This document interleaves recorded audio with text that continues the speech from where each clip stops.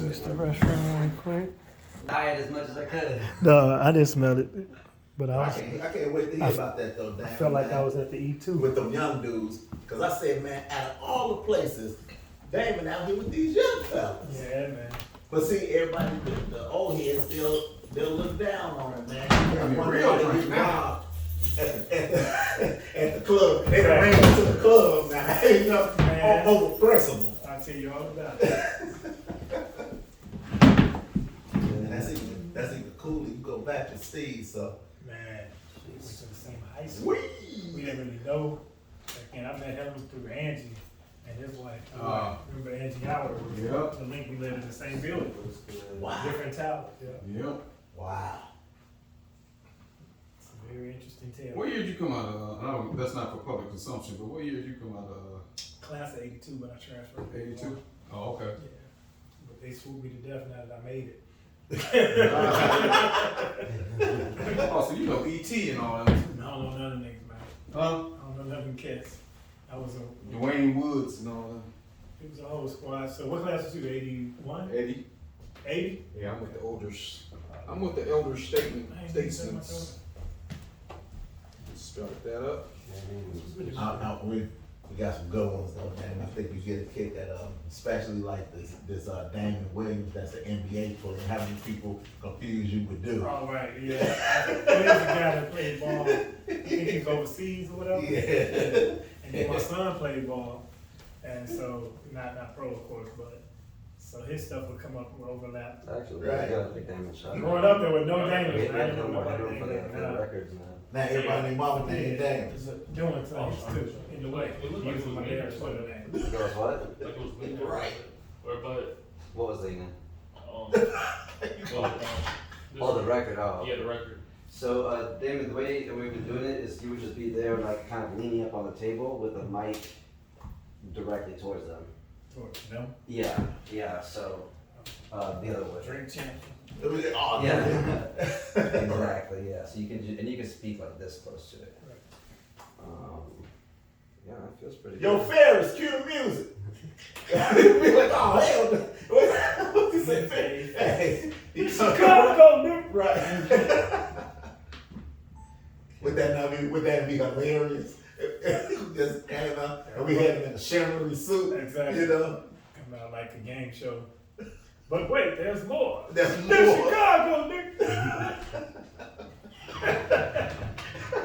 The guy, Ferris, that's another interesting story. Oh, that's we got fair. We gonna get Russell Peters. Yeah, that's my man. That's gonna be a good one. Kenny Lattimore, Okay. Faith Evans. Yep. Yep. So- Russell Peters, the comedian, though? Yeah, Russell Peters, a comedian. Yeah, Massive, dude. Good guy. he's a dope dude. And let me tell you how funny he is. It was Steve's birthday, and the guy was in the middle of a tour and still came out to rock for his birthday because he's a DJ. Oh, Russell does? He's a DJ. Wow. He's a turntablist DJ. Oh, that's one of the shorts we need to put up. That's hilarious. What's that? When he rocked for the birthday, Yeah, he got on the mic and all that came- stuff and was he talking was in the about. middle of his thing. He's like, yo, I gotta go to Canada. But man, y'all my people, so That's Russell. I'm coming Hell through. yeah, And yeah. his man came through like, look, I gotta be a man Okay. cool tomorrow. Yeah, But I'm coming. so down and I gave him more light. Oh, So, I'm there. Very kind. Right. So he showed up, he got his very kind. Place packed. The club, because Y'all good? all Indians. Yeah. Like, Yeah, everybody looks Well, you fine. just gotta start the high school. Peters, Right. You know, Yeah. I said, bro, I'm telling you, come. So they think we capping just to get the Yeah, place of course. until he show up. This dude, they called every Indian in the city of Chicago. Remember that thing? They did charades. When was it? What's that? All right, so It was, before the Brazil. pandemic. One second. Oh, you doing that? Okay. Yeah, I'm just giving him a little I gonna give you extra ambiance with the extra plaques and everything in the background. Give you an afterglow next thing. Now you got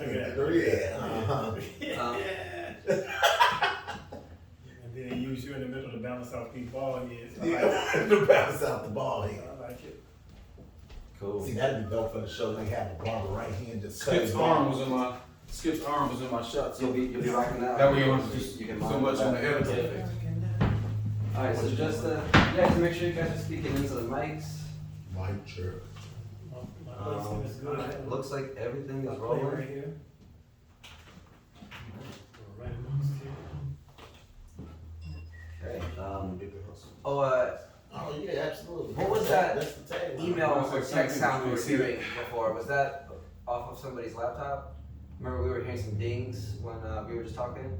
I think that was Steve's laptop. Yeah. Wait, what happened? Okay, cool. Is That was his laptop. I muted it. Oh, it's muted? Okay, cool, sweet. We got Always some noises coming through it? Yeah, that Yeah. was shit dinging Oh. in the interview. Yeah, Oh, that's all the people hit me up, and my phone is synced to it. Yeah, I Yeah. closed it, so should be It was full. ding, ding. Hey, we busy. They blowing me up, man. Working we busy. That's made for your phone to be not dinging. Right.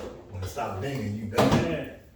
Hey man, is there enough room right here for you to do your roller skating thing? You was a roll set, bro. No, that's Oh, that's one of my bits. that's the most hilarious stuff he ever Oh, did. man, that's Do you have the so horrible. Oh, my fault.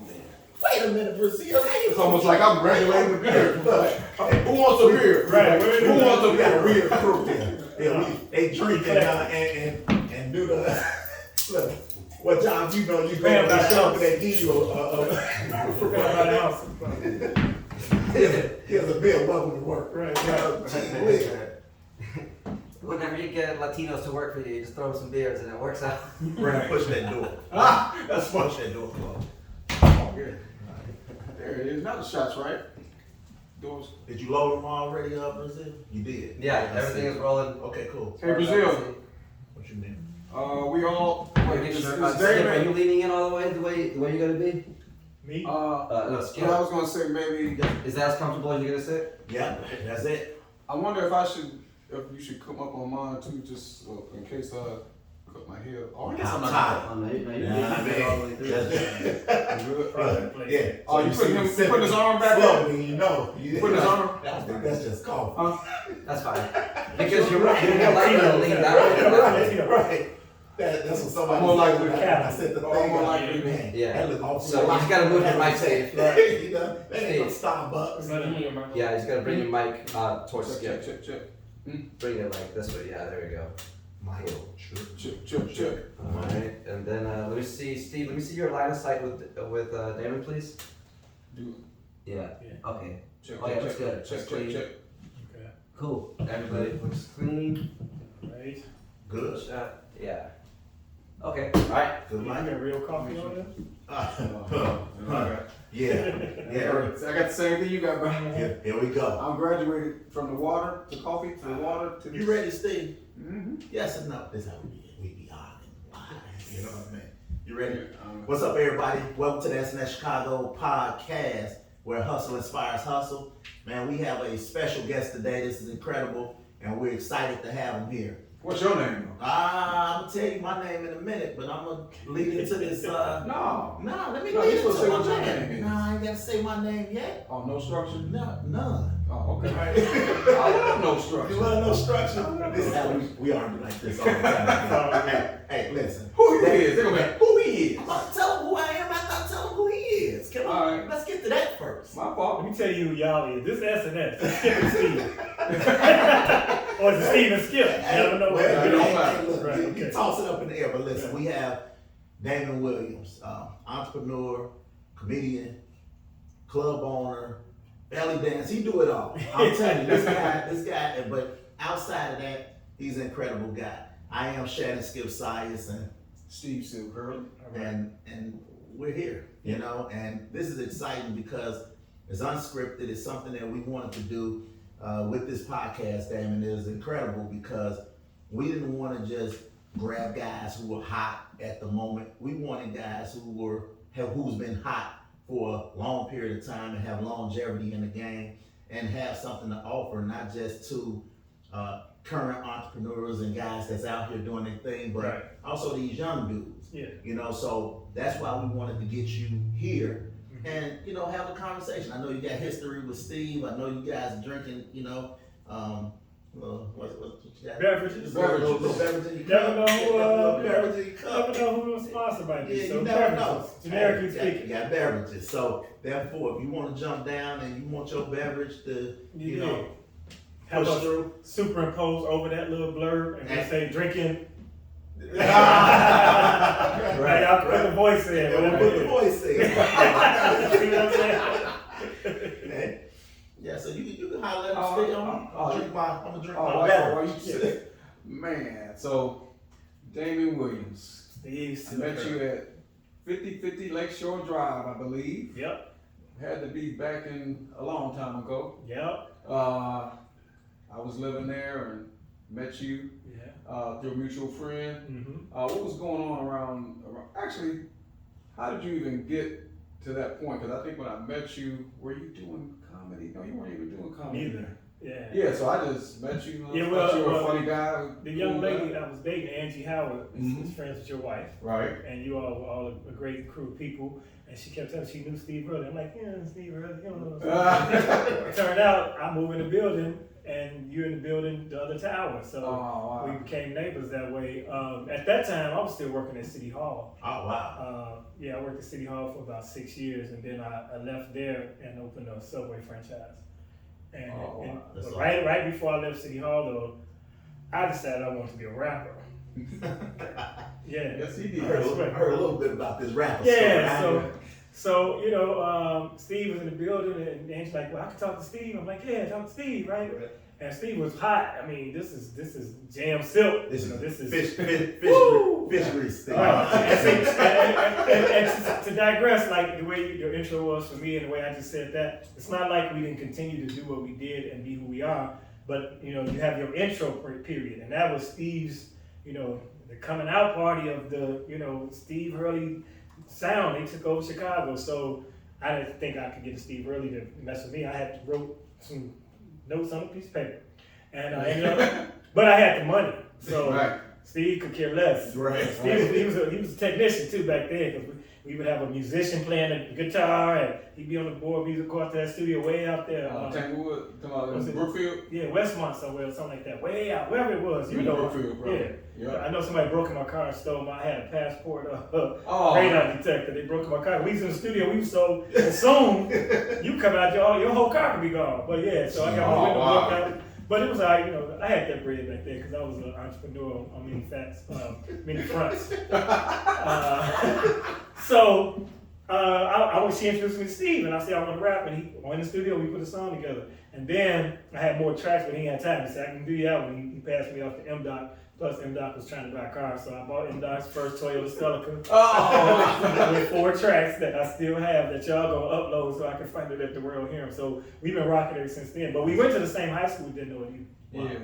We didn't. So shout out to what Lemon. Lemon. Yeah, Swoop. Lemon. Yeah, We Lemon. swoop Yes, sir. 3 That's times. awesome. A lot of prominent people came from that school. Yeah. Did you used to go to the sock hops or anything? Oh, of course. That's probably the only part I went to. That's what we called it. The parties we had in our ROTC hall. Yeah, exactly. The sock hop and lunchroom, those are about 2 classes. So how was that transition, Damon, when you said that you were an artist? Now, was that just something that was a passion, or were you led to it, or just influenced by what was going on around you at that moment? Because I know we got so many things to go over. Yeah. Because I mean, you're radio and Yeah, so comedy it's and really- television, so Yes, sir. you're all over the entertainment world. Well, I always knew that I didn't want to work for a living, and I didn't want to have a boss. You know what I mean? And I'm not saying we don't still work when you're artists, and you got to work harder because if you don't eat. But I always knew that I had something to offer. I felt like, so I wanted to try things. Mhm. So I had a job. It was a stable job. I got it through a temp agency, and then a temp agency couldn't hire you without a gap. Like it was a 6-month gap, and they brought me back because they liked me. And it was like these in the city of Chicago Department of Purchasing. And back then, this is how far back it was, they were automating the office. So it went from key punch cards and paper to uploading all the vendor information into the system. So many vendors to this day that are minority business owners, I entered their information for them to do business with the city. And some of them still waiting because I was lazy. I took a leave of absence to open my Subway, but before that I tried to open a Solomon's Fisheries. I don't know if y'all know Solomon's I know Fisheries. Solomon. But Solomon's was owned by Seal Johnson. And Seal Johnson is Selena's father. Oh, Wow. yeah. He's the blues singer that made Fine Brown Frank. Wow, see, a lot So, of people didn't know that. Yeah, I'm gonna give you the deals. And so that being the case, I had found a location in Hyde Park. It was right around the corner from where we live. I had got contact with Mr. Johnson about getting a franchise. went to lease out the location. When they found out it was fried foods, they said we couldn't put the fryers in because their insurance wasn't covered. So that killed my dream of being a fish store owner. So I had to go back to work to City Hall. So I took a leave of absence. Fast forward a year later, I read an article in Black Enterprise magazine about the top franchises for blacks, and Subway was in there. So I'm like, I saw Subway had a low startup cost. It was clean. It was a whole different thing than fried foods. And I ended up getting a Subway franchise a year later. But I tried to take another leave of absence, right? But this was, the administration had changed because the commissioner that was my commissioner in my department, she came in under Harold Washington. He had passed away, and now Daley was in. And Daley brought in all white men as, department heads. And this new department head was like, I asked for a leave of absence I told them I wanted June, July, August for my leave. They were like, we're not giving them the summer off. Like we don't need them for the summer, we don't need them. So I'm like, but I'm determined I'm going to open this franchise. But my mother's like, don't give up your city job. You know how they do, right? Job. Yeah, it's a good city job. Of course. So I tried to take the leave, they denied it. And I stayed off work for 3 days. They said if I didn't come back to work by Friday, I'd be fired. So I went in Thursday. Sat around the office, man. It was me. It was a bunch of old women in the office too, man. And then they would retire. The next thing you know, they're in a hospital, and next thing you know, one might die. So this is their whole life. They worked 37 years, and got 2 years of their pension, and then So I'm not gonna do that. I said if I don't leave here today, this might end up being my life. So I went and lunch, and I resigned. And got my little pension. It was about $4,600 that I had accumulated. And I haven't worked since. I went to this situation. So I went from Subway, which was 2 years, and then stand-up. Wow, that's crazy. It's a long both one. went to Limblom, both worked for the city. Yes. Both lived at 50-50. Yeah. Like, what the heck? Exactly. But Both see, bald. Yeah. But see, that's also because you guys you saw something that other people didn't see. And you had the mental fortitude to stick directly to it and to focus in and say, I'm gonna follow my dream and I'm gonna lock into my vision and hook a crook, man, I'm gonna make this happen. Well, it was crook to hook because I was trying to uncrook.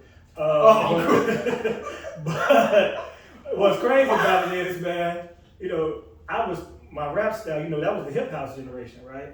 And so I was rapping, trying to stay clean with it and have a better positive message. KRS was one of my people who I felt like I wanted to emulate that era. And I printed out my albums, my 12 inch, and I started taking it to distributors. And they was like, "Are you cussing?"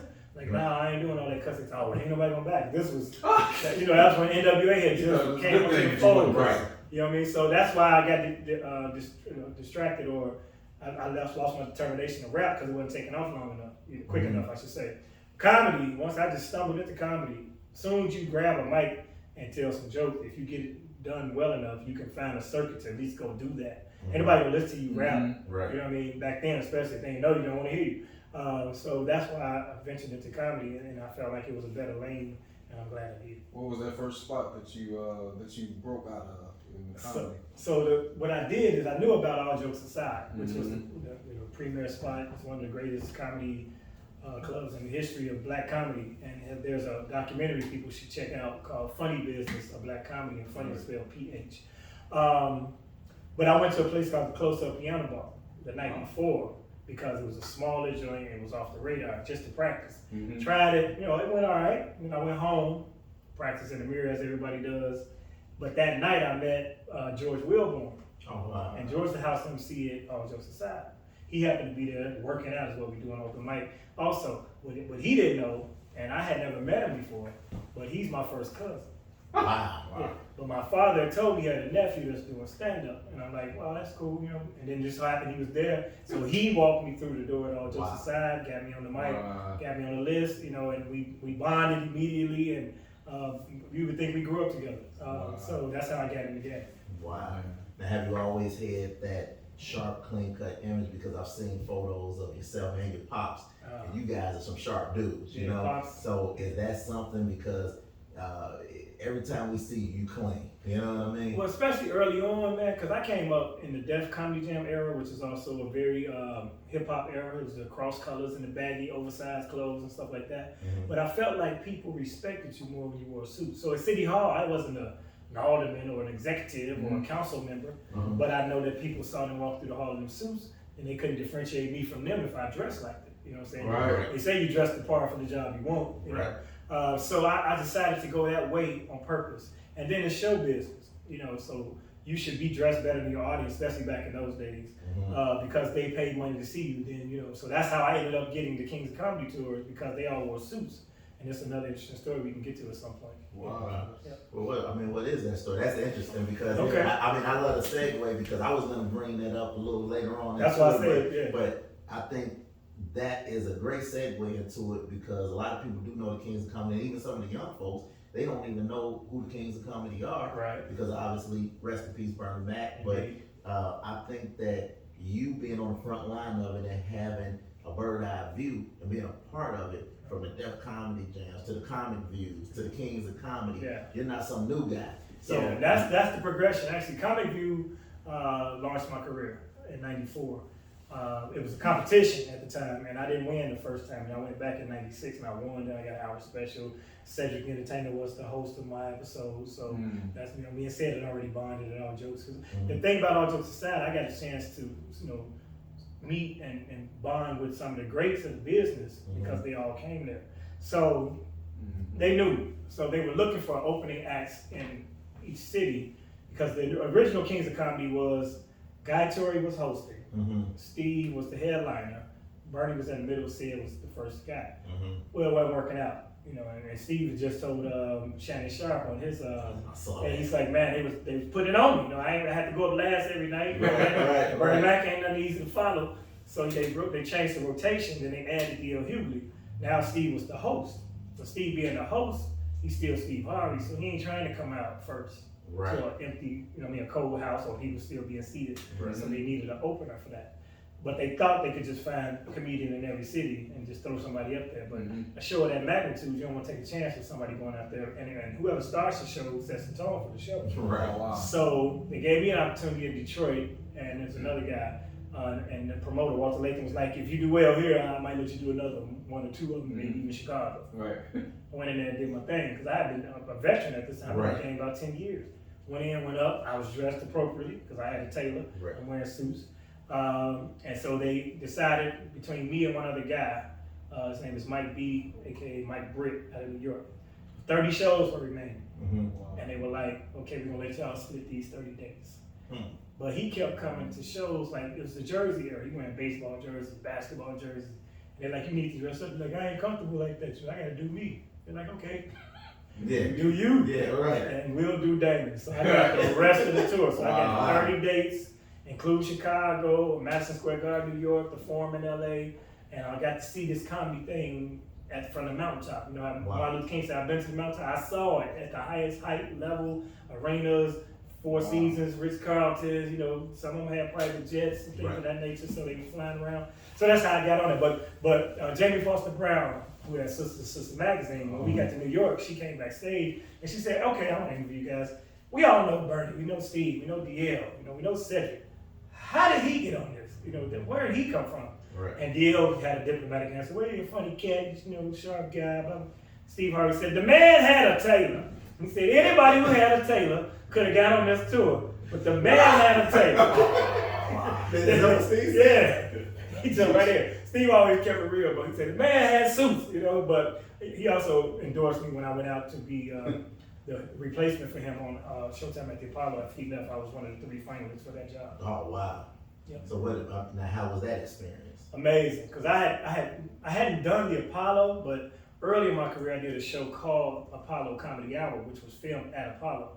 So what they did is they had me, Teddy Carpenter, Rudy Rush come out and do a set for the actual Apollo taping, and then after that you would do 3 or 4 episodes to host, and they decide who would do it. So I had this thing I've been doing in Chicago forever. I was people go, woo, woo. I say, hey, you don't stop. They say, hey, you don't quit. But that's in Chicago.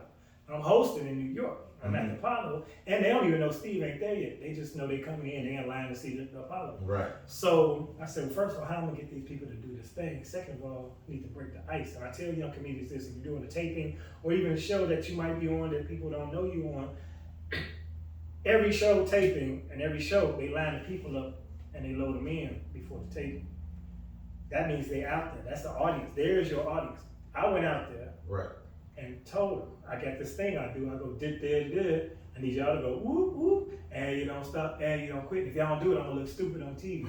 So I told the first 5 people in the front of the line, and the people behind, like, what are you talking about up there? And I told the next 5, and the next 5. I went all the way around 125th Street, around the Apollo building, told them from front to back of that line. So now we get to the tape, and they say, here's your host, Damon Williams, it's showtime, da-da-da-da. And I come out, right? I say, what up, Apollo? And the whole Apollo said, ooh, ooh, and you don't stop, and you don't quit. And everybody, all the crew was like, how'd they know that? Where'd he get it? Right. Who is this I guy? told him. must be worldwide. Exactly. So We I- get Wow. fired. We should have Yeah. brought him to the So table. inspires Man, so that's just a little nugget for anybody that's in live entertainment. Sometimes you want to meet your audience if they don't know you. Now, if you're already Right. established, you don't want to break the curtain, but yeah. That's incredible. Wow, that is, Yeah, man. man, that was a good thing. So with all of that, what would you say was your most difficult thing to break through with getting into comedy, like in the earlier days, maybe, like, because I know it wasn't a piece of cake. yeah. But, I mean, you had a talent, but Yeah, Well, they had to embrace be you some- had to be that, some like, challenges. Yeah, did they meet Well, you at the you- door like, come on in, No, man? you don't start out with talent. Anybody that's even naturally funny, you gotta learn this thing, you know. And when you think you really got it, if you record yourself at that moment and you look at it 5 years later, you're like, I sucked then, you know what I mean? But you know, you progress. So it's something you can learn, it's an art form. But coming in, I was fortunate because I had All Jokes Aside, and that was a catalyst to a lot of people. So 3 months in, George Wilborn, Sinbad's brother, Mark Atkins, and Sinbad were like proponents for the club. They really like wanted to help the club grow. So they brought a Comedy Central show to All Jokes and filmed it there. But 3 months before that, Mark Atkins, which is Sinbad's brother, he was in control of talent acquisition for the Moby Conference, which is marketing opportunities for blacks in entertainment. And they needed a comedian to do something. Well, they wanted George Wilborn, but he wasn't available. George recommended me. So I had to go and audition for him, like just me and him sitting there. And I'm giving all my little props and all this. So he gave me the gig. I did okay. And then 3 months later, they come to town to do this show, which was called Comedy Justice on Comedy Central. And it was hosted by AJ Jamal. So it was the opposite or the antithesis to Def Jam. So Def Jam was raw and raunchy and vulgar, and you could say what you want. This was socially conscious comedy. So it was called. So it was the opposite of that. And so I got that opportunity. I'm 6 months in the game. 7-minute set, cameras rolling. 4 minutes in, drew a blank. Right? Middle of my jaw. Wow. Right? And this is live taping. Luckily, it's taping. And then the audience like, come on, you got this, go ahead. And I remembered it, and I finished. So now somebody told the guys, they were like, you only been doing this 6 months. They're like, 6 months? How the hell how did you get under the radar? So I had some quick opportunities early. But then that place where I did all the open mic at All Jokes my first time, which was the next day after the piano bar story, Adele Givens was the host. Okay, and that's how I heard about it, because some guys like, the big lick chick from Def Jam, from HBO. So I'm like, I'm ear hustling. I still have my Subway. And I went down there, man. George took me in, I got up. So now, 6 months after that, I'm the host of that night. Wow. But that came about because, here's a funny story, another piece of advice, always find out what you're getting paid. Yeah, say that to the people right there. Always, it's business show. It's not show business. Okay. So, I used to come to All Jokes Aside. I had season tickets to the Bulls, and I used to always come from the games. Whoever was at there for the weekend, I can get in free, so I go back there and watch, or I record some on my camera, just to watch the greats and the pros. Just love the game. Every once in a while, they let me go up and do a 5-minute opening if I get there on time. So I get there this time. I'm ready to do the 5-minute opening, but the middle act, which is called the feature. So we have the host, the feature, and the headliner. That's comedy terms. The feature act is not there yet. Turns out he in a car accident or something happened. Wow. Nothing life-threatening, whatever. I don't even know what happened to him. I ain't got to do with this story. Wow. Hope he lived. So I'm coming to just hope I give him a little 5-minute spot. The owner say, no, this guy not here. I'll let you go up tonight, and if you do well tonight, I'm gonna let you finish out the weekend. Did it well enough to get the gig for the weekend, right? I'm really only been on there on Wednesdays or doing 5 minutes. Now I got a 25-minute slot. It's the weekend, and this All Jokes back in the day. The '85 Bears, Otis Wilson and all them be there. The Bulls, this is prime time entertainment. Right. I do my thing, so now I'm excited. if I'm on everybody see, I'm on there on the weekend show. So I bought tickets. So I bought 10 tickets a show. Right. Tickets probably about $12, $15 back then. But still, about 10 to 15 of them. Yeah. You know, Wow. I'm on everybody, my cousins, my mom, everybody, my Wow. own jokes, right? Never asked how much I'm making. So Sunday come around, after the 5th show, did 5 shows, on the check, looked at the check, it was $125. Wow. I just spent $125 each show. Right. So I'm like, man, this is because I never asked, right? He's like, Right. well, he said, and he was like, well, I did you a favor. I did you a The solid. exposure you I get did you from this right. weekend in LA, they never paid you that, and blah, blah, blah. I'm like, this ain't LA. So what I did was that, I'm already an entrepreneur. I had a Subway salad shop I just sold. We could discuss, you know, a background otherwise. Right. So I have business skills. I'm not about to be a worker. I'm a boss. Right. You know? So I said, man, that's some bull. Let me go find me another place to do comedy where I am the promoter and I book the show and I get what he got. Right. So that's how I became a club promoter, because I was insulted by the offer. Wow. And so I started doing stuff at the Quality Inn on Halstead back then. And it was a room that held about 25 people, but they my 25 people now. Right. So when I did that, I became this competition, and that made him respect me, and that's why he hired me to come host the open mic, because Wow. he's like, you're a go-getter, you're a promoter, plus he buying me out the way. If I'm in Right. the competition, now I'm on the team. Right. So that's one thing I always tell comedians too. If you get your own room where you're creating your own opportunity, not only Right. are you putting money in other comedians' pockets, they will refer you back, because it's a give and take. Right. You know, so that's how you meet a lot of people. Right. Like you absorb their fan base. You book a headliner, his fans come to see him, but you put yourself on the show, they're gonna see you in the process. So Right. that's why it wasn't as hard. Wow. And we had more opportunities with Def Jam, Comic View, Apollo Comedy Hour, Premium Blend on Comedy Central. And every year you just send in your tape and hope for the best. You know, if you have a good enough tape, you make the cut. Wow. Now let me ask you, just saying that, do you get a lot of people that approach you and, you know, crack these stale jokes that don't apply? I mean, and, man, come on, put me on, D. Like, I mean, because you have a revolving door and people are in and out. Right. You know, and it could be new people and people that come every weekend because they're like, man, at some point this guy gonna give me a look. Well, I've always prided myself in giving people looks.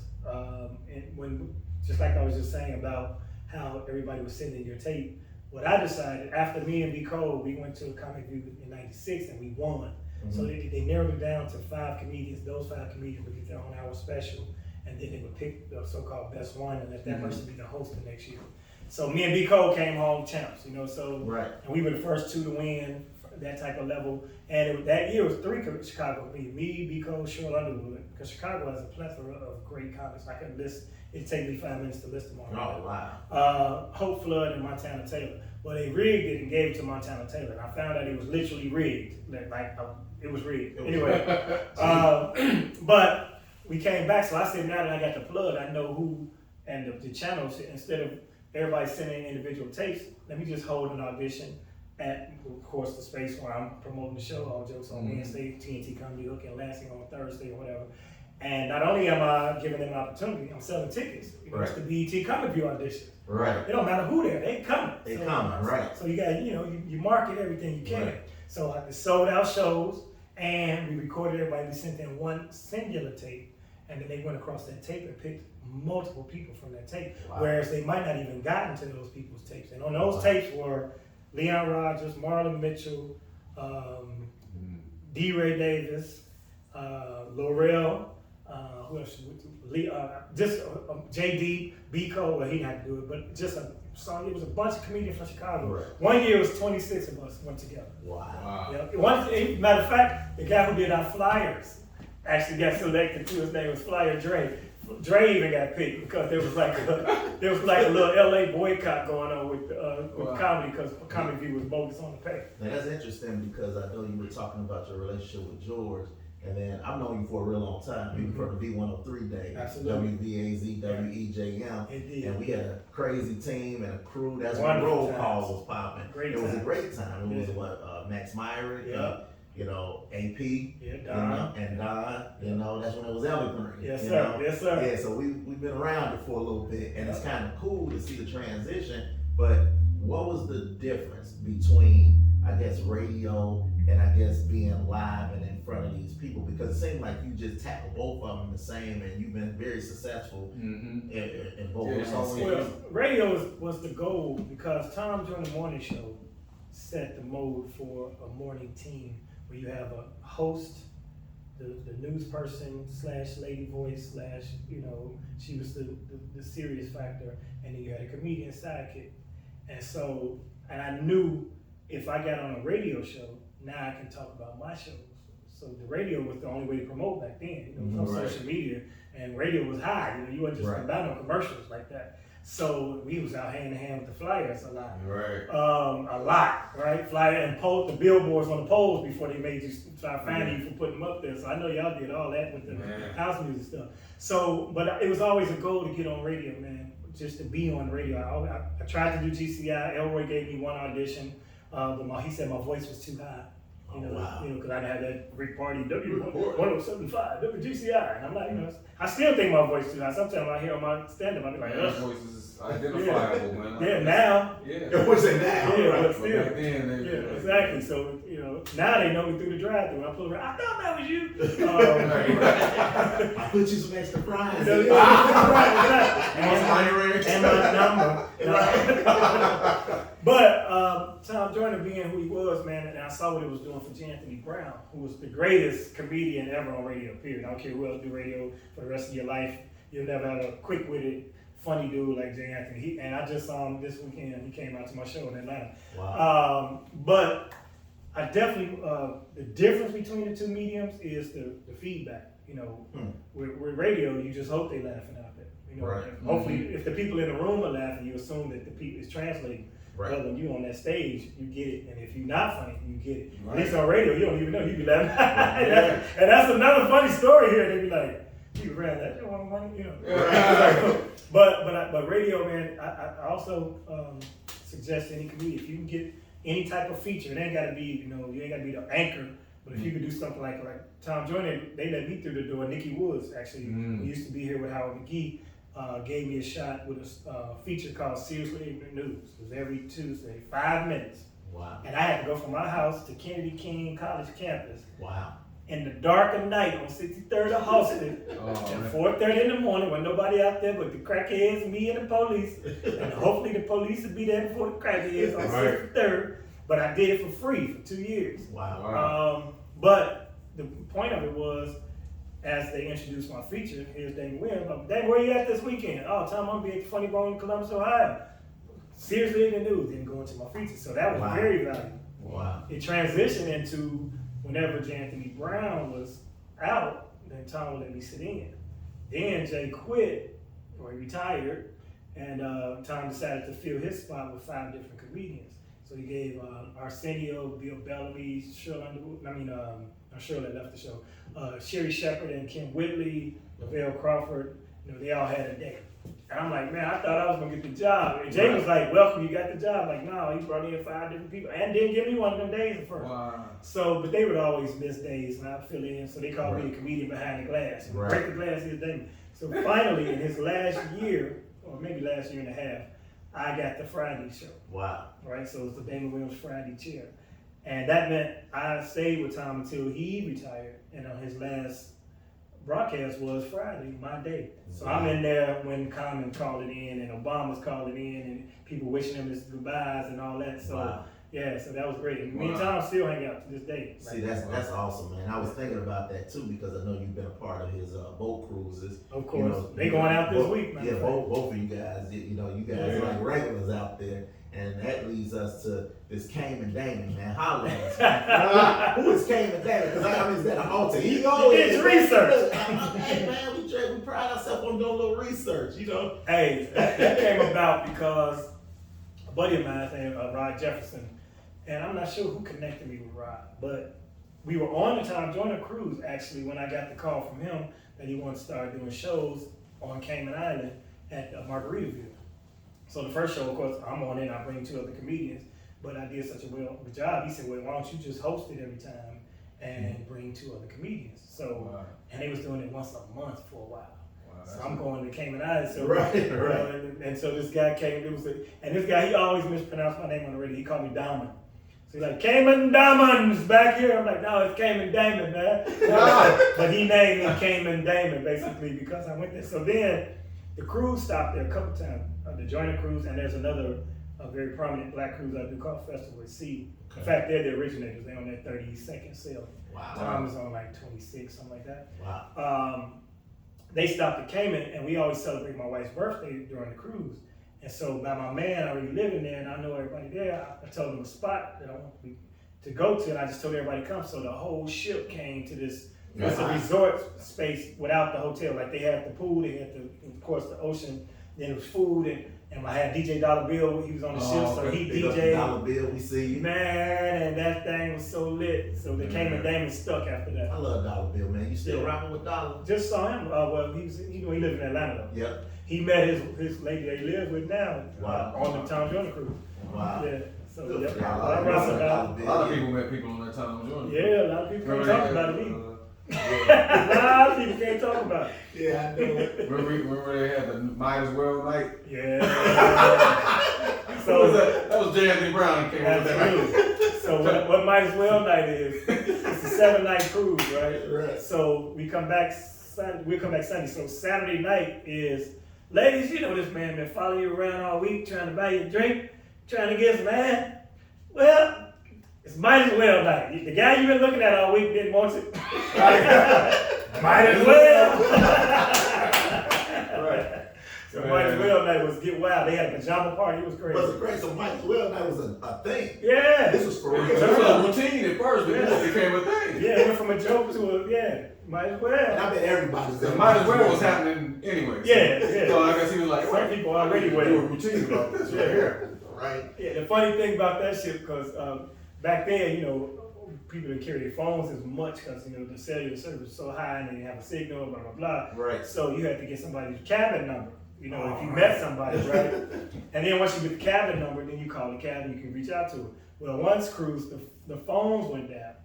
So I'm like, man, everybody got their memory out now. They're going to have to write it down. Right. If you can't reach it, you're like, man, there might be So something going to happen. now they at the bar. Yeah. All night. You up there They on the slept up there. Right. Went to the captain's thing, looking for passenger Jackie Robinson. Right. Jimmy is looking for you, dear. Right. Please, man, just call her out. Tell her I'll be on promenade.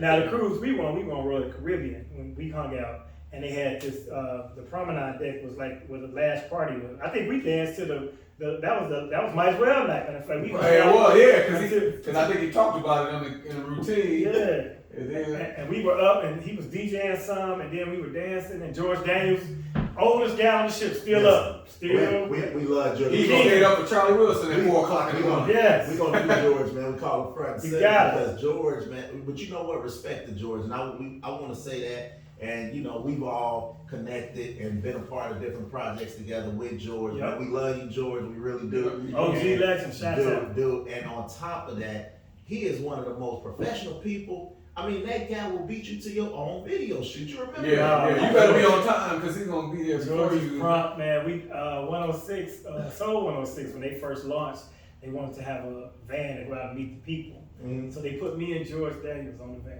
So we would go out. That's when gas was high then, which it is again now. They gave us gas cards to give away and meet us, so and so. Right. But I'm like, who knew that George was so wild, man? We did the Bud Billiken parade to represent the station, right? So we on the float, and George is out there, and he greet people jumping off the float. He older guy, Right. he's limber, moving around, jumping around, perky as morning. Everybody, Right. I'm still sleeping. He got his water. I said, I see you hydrated. He said, this ain't water. Yeah, he wouldn't tell you. There's no wonder why he's jumping around. It's straight vodka in a water bottle. 9 a.m. on King Drive. George kicks it, man. And Matter of fact, the funniest story on the cruise about George is one time, and he'll tell you this story. He was walking on the deck, and he had his drink, right? And he was talking, he was like, George, he's like, what up, everybody? And boom, he walked right into the pool. Into the pool. He wasn't paying attention. He stepped down into the pool, fully dressed. George be sharp. But everybody laughed because he went in the pool, but his drink never touched the water. He said, so he told me later, he said, man, the funny thing about that was I had my money, my phone, and everything else, but that drink never spilled and it never touched the water. Hey, let's see, get into Shout the out to George Daniels. Yeah, dude. He, Always. Listen, always looked out, and on Yep. top of that, he is Chicago. He's Chicago. He will connect some dots for you too. Yeah, he will connect the dots, and he is totally Chicago. And the fact that he was at the Beyonce concert hanging out, you know, Right. George access is a little different than the average Way person's different, access, you right. know. So he with Beyonce. Yeah, he hugged Beyonce. Yeah, He's at that he's hanging out. Period. Front and center. He left the concert, remember that, Steve? Mhm. To come to be a part of Steve's video shoot. Mhm. I mean, it was almost unreal. Yeah. Because that's how much he loves Chicago and the artists in Chicago and the history that's tied to Chicago And music. and music. And him, So the yeah. fact for he to leave there and Right. do that, even the video shoot, Yeah. man, he did that on the strength. And big ups to Big Daddy Kane. Yeah. That was courtesy of George Oh, yeah, making it that sure plug. was, yeah. You know what I mean? Yeah, we were all in that video. Yeah. But I didn't get on the boat. Y'all did the boat ride. I was like, too many people. That was cool with it. Dude. What was that? Long as you love me? Show me you love me. Show me you love Show me, me you yeah. love me. Man, we had a ball, and that was crazy because it was random. Kane called George, and then George was like, "Well, I'm down here at the video shoot. Yeah. Come through." Kane showed up. And we like, "Okay," and he came through. And respect to Kane, man, because this is how crazy it was.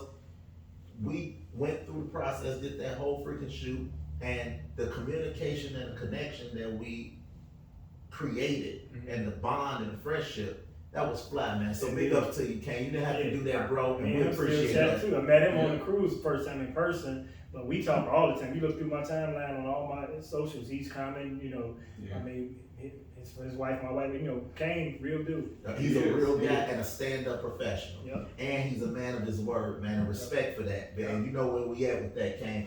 That, you know, everything that you said you were gonna do, you did it, and you did it expeditiously, and that's fly to me, man. That speaks volumes. Yes, sir. You From know? the gods. Yeah, he's Yeah. one of the God MCs, that's for sure. But I challenged him. He already know about Gucci D. Me and him talked about it. Just like that, Yeah, you was online. you was gonna take him there, huh? Because what happened, my son actually was in LA, one of his friends was in LA, and found a copy of the song in one of the vintage record stores. Oh, the The dust. 12-inch, yeah, Oh. like dust, and took a picture and sent it Gucci to him. D. Yes, sir. Talk So, about that. All right, listen. 'Cause Yeah. I wasn't there. This y'all story. So y'all got to clear this up. Yeah. So how did this Gucci D even come about, man? Because I mean, I know I met you later on towards my radio introduction days. well, so see, Gucci D was a street name, to be honest. And so all my cars had, you know, Gucci. That's back when everybody was putting seat covers custom with your name and the headrest and all that, Right. you know, before these youngins caught on. And I used to wear Gucci products literally, even when I was working at City Hall. Because, like I said, I dressed the part. Right. Gucci watch, Gucci, you know, loafers, stuff like that. And so that's where the Gucci D came from. But really it was because it was my license plates. Oh, my. I had to look for it. And Right. it was Gucci D on the plates. And that's, so I said, well, I might as well use that name so people start calling me. Yep. But I pursued this brother because, like I said, he was the hot guy in Chicago producing, and it was either him or Farley. It Right. couldn't be Keith Nunley because Angie was her ex. Yeah. Gee whiz. It was a little Lots messy. of thinking. Yeah. My thinking. So, but no shade. He always been cool with me too because I didn't know him, you know. But yeah. So you know, I got with the band. He was the man, dude. Who was the guy that the Italian guy? That, Frank was his name. Yeah. Frank. Yeah, so I'm gonna tell you a good story. I had to battle with Frank about my masters. If you remember, because I paid. See, Frank usually would sign people and give them a little contract, and then he would pay for the studio time. I paid for all my studio time. I still have my actual the real masters Right. from those sessions, except for one song, which is called "The Syndrome," which is the better song that I did. And that's why I need y'all to upload this cassette, man. Right. I swear, I only got one copy of that song. I got the master to the other four songs. Was it a 24 track? Oh, yeah. That you did it out studio? Yeah. I'm gonna look. Well, I M-Dog got did. all that stuff. But man. M-Dog did.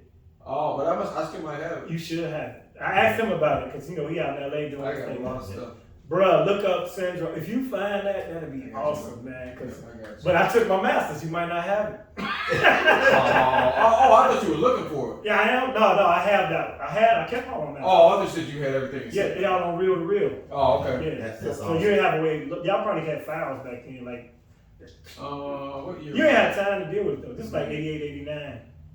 But how fly is this though? Yeah, The what fact was that you that? guys, but I still have one copy though. I still Yeah, have that one. was mostly real to real back then. It was all real to real. Yep. Yeah. wow. Yeah, that's one till the 90s, I think. Now let me ask you, how did this bond even continue? I'm curious just even hearing you brothers talk, and this is awesome because most of the time, man, we can't get along to save our lives. And then when you're dealing with two professionals that have reached a certain status and it seemed to never switch up. You didn't switch up on him, he didn't switch up on you. Of course And not. you guys are real dudes that really connect. And that's something that the younger guys should be able to see because it ain't all bad. No, when it let's comes see what it to is, man. When people make it and they elevate themselves and they get to a certain level, all it does is shine a light on who they were when they started. So he already a humble, good dude, you know.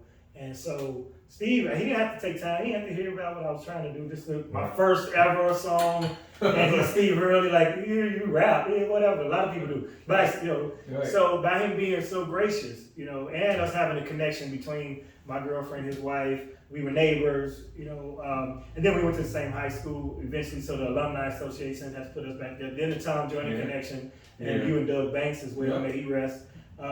So it was just we Chicago guys, you know. Right. Yeah. So that's how that goes. right. And we from a different generation. I don't know what they on now. Well, see, how fly is that when you talk about being a Chicago guy and being from a different generation? And like I said, you know, I try to do my homework and, you know, I love everything that you do.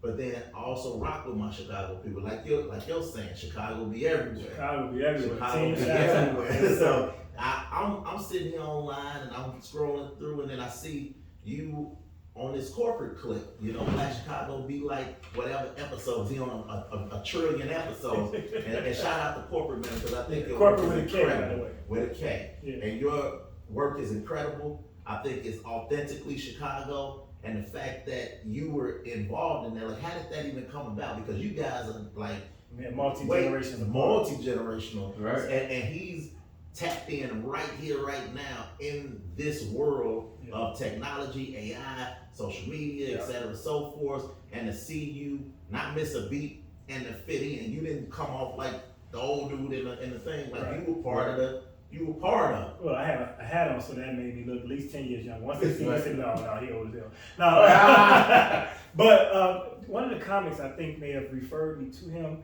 We had just done Louis Carr's Black Men Summit, and that's not what it's called, but I wish I could think of it right now. But it's about black men.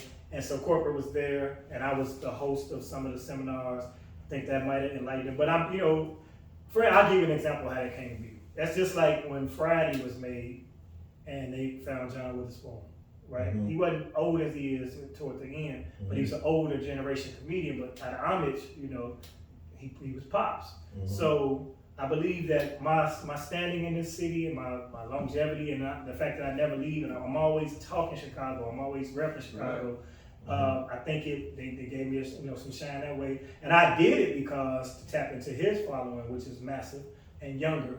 And then Just Niche, who's another up-and-coming rising star in the game from Chicago, she was my counterpart in that scene. Mhm. So we know each other, we rock together. So it was just synergy. That was just some Chicago stuff. And by being a Chicago project, I definitely was going to be a part of it. Dude, I loved it, and I love the fact that you were willing to do it because most guys that have the level of success that you obtained over your career, they just, you know, that's not. I'm busy. I got this going. And see, that's where they you got make the their clip. mistake. Yeah. Because you got to tap in. If you want the longevity, the reason why I have the longevity I have, without being a A-list movie star, box office dude, you know, who went to LA and went to New York, is because early in my career, right after I got Comic View, I was on the collegiate market.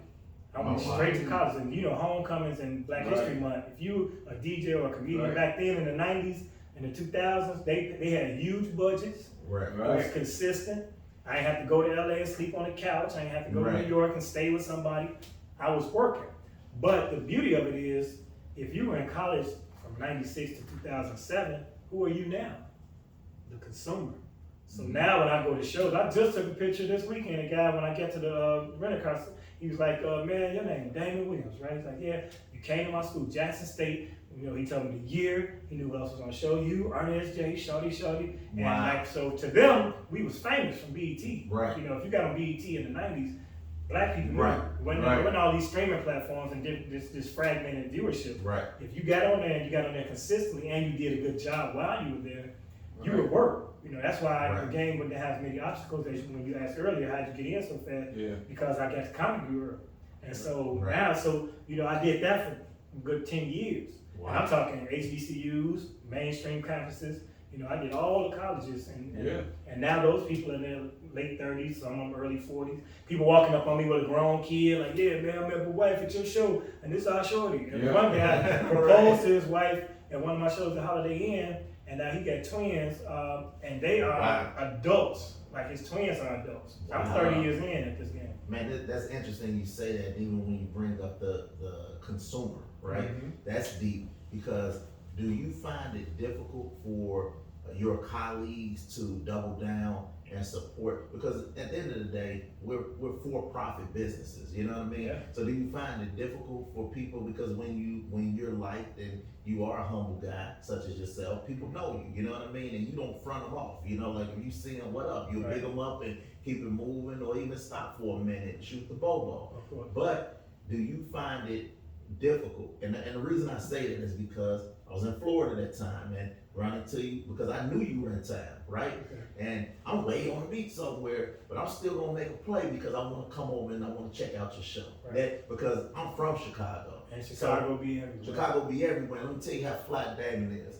But let me tell you how I revel with this, because when I was leaving, remember, I was buying the product that you had that you was selling. yeah, the merch, yeah. And he was trying to give it to me. Yeah, And definitely. we arguing about, Uh-huh. no, you Right. take it. No, I ain't taking it. I'm buying it. You don't gotta pay, dog. You know, you family, blood. Look, Like, Right. no. I support it, And, yeah. and I ended up buying it because, man, that's what we don't see Yeah. people do, Right. is support one another, man. Right. We're for-profit business. Right. And I want to leave by example, because I want the other consumers to say, wow, I know he here for Ultra Music Fest or whatever he here to do as that guy, but this is my man. And you saw me sat right in front. Yeah. That was important to me because I need my people to know that I'm there. You Yeah, know what I right, mean? sure. I'm in the house, For bro. sure, right, sure. And just because I'm out here and it's extra tropical and they Right. and Wet Willie's around the corner, you know? That's one of the flyest locations to do camp comedy for sure. Dude, it's like, man, you gotta show that type of love to people, man. And that's the unfortunate part.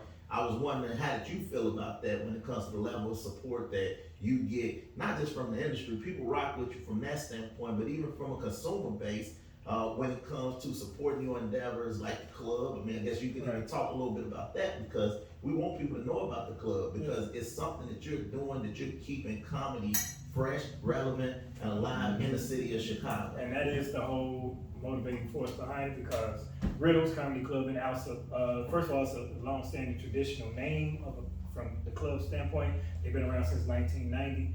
The original owner, Ken, he was the one who asked me to do it, because I didn't buy the club, but I curate the shows on the weekends. Okay. I don't want the day stress without, you know, the overhead and all of that of owning a club at this point, because I'm still actively pursuing my career on the road. Right. And if you got a cash business and you run a Yeah. business, you need to be at that Yeah, business. you do. I learned that from my subway. Trust me. So, but I felt like it was important to have not only a home base for myself to work out and get in the lab, but also for comics that don't get into the improv and the funny bones around the country. They're not recognized by the mainstream corporate, you know, they don't have the whole agent that's gonna get them in these doors, because sometimes the guy don't even be talented or famous, but if he's with an agent that represents the A-list artist, they will barter, look, if you want my guy, you gotta use this guy.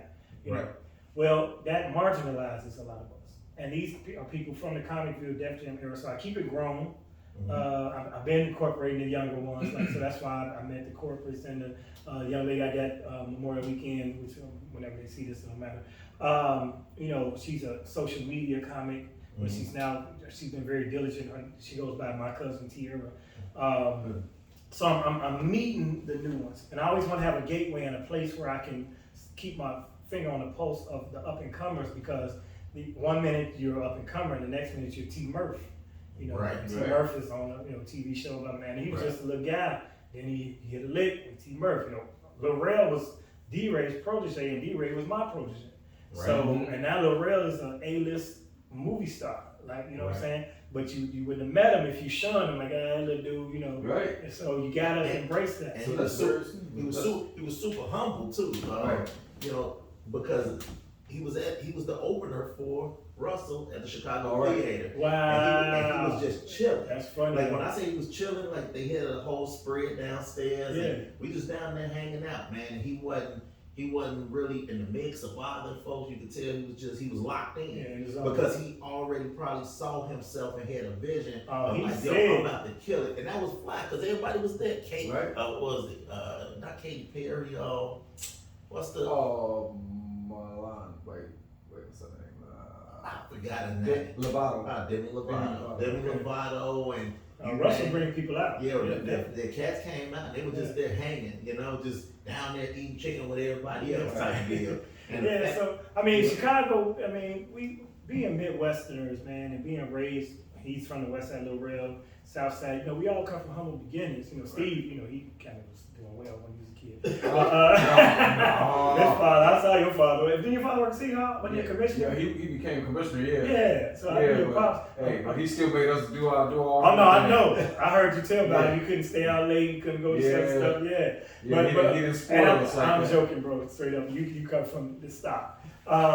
You know, but that makes you who you are. That's what I'm trying to say. We're humble people. Right. And the only thing I say, when people make it, it just magnifies who the person was to begin with. Right. You know what I'm saying? So if you're an asshole in the beginning, Right. you're gonna be a bigger asshole. Dude, That's a good point about the up and coming ones because like when I was younger when we were first pioneering house music, Mm-hmm. a lot of those younger guys were in the front row when I'm DJing, and they like the ones who get everybody else in the party fired, Right. and they end up being the DJs of future, The the next KLXs and the Hulas and the Maurice Joshua's Nice. and Gene Hunts, like all those guys. I think I gave Gene Hunt my copy of Baby Wants to Ride on a cassette, Right. and he just lost it. And he came up to me like maybe about 5 years ago, man, I remember you gave me your They your never only forget copy of that. You know what I'm saying? Like, Yeah.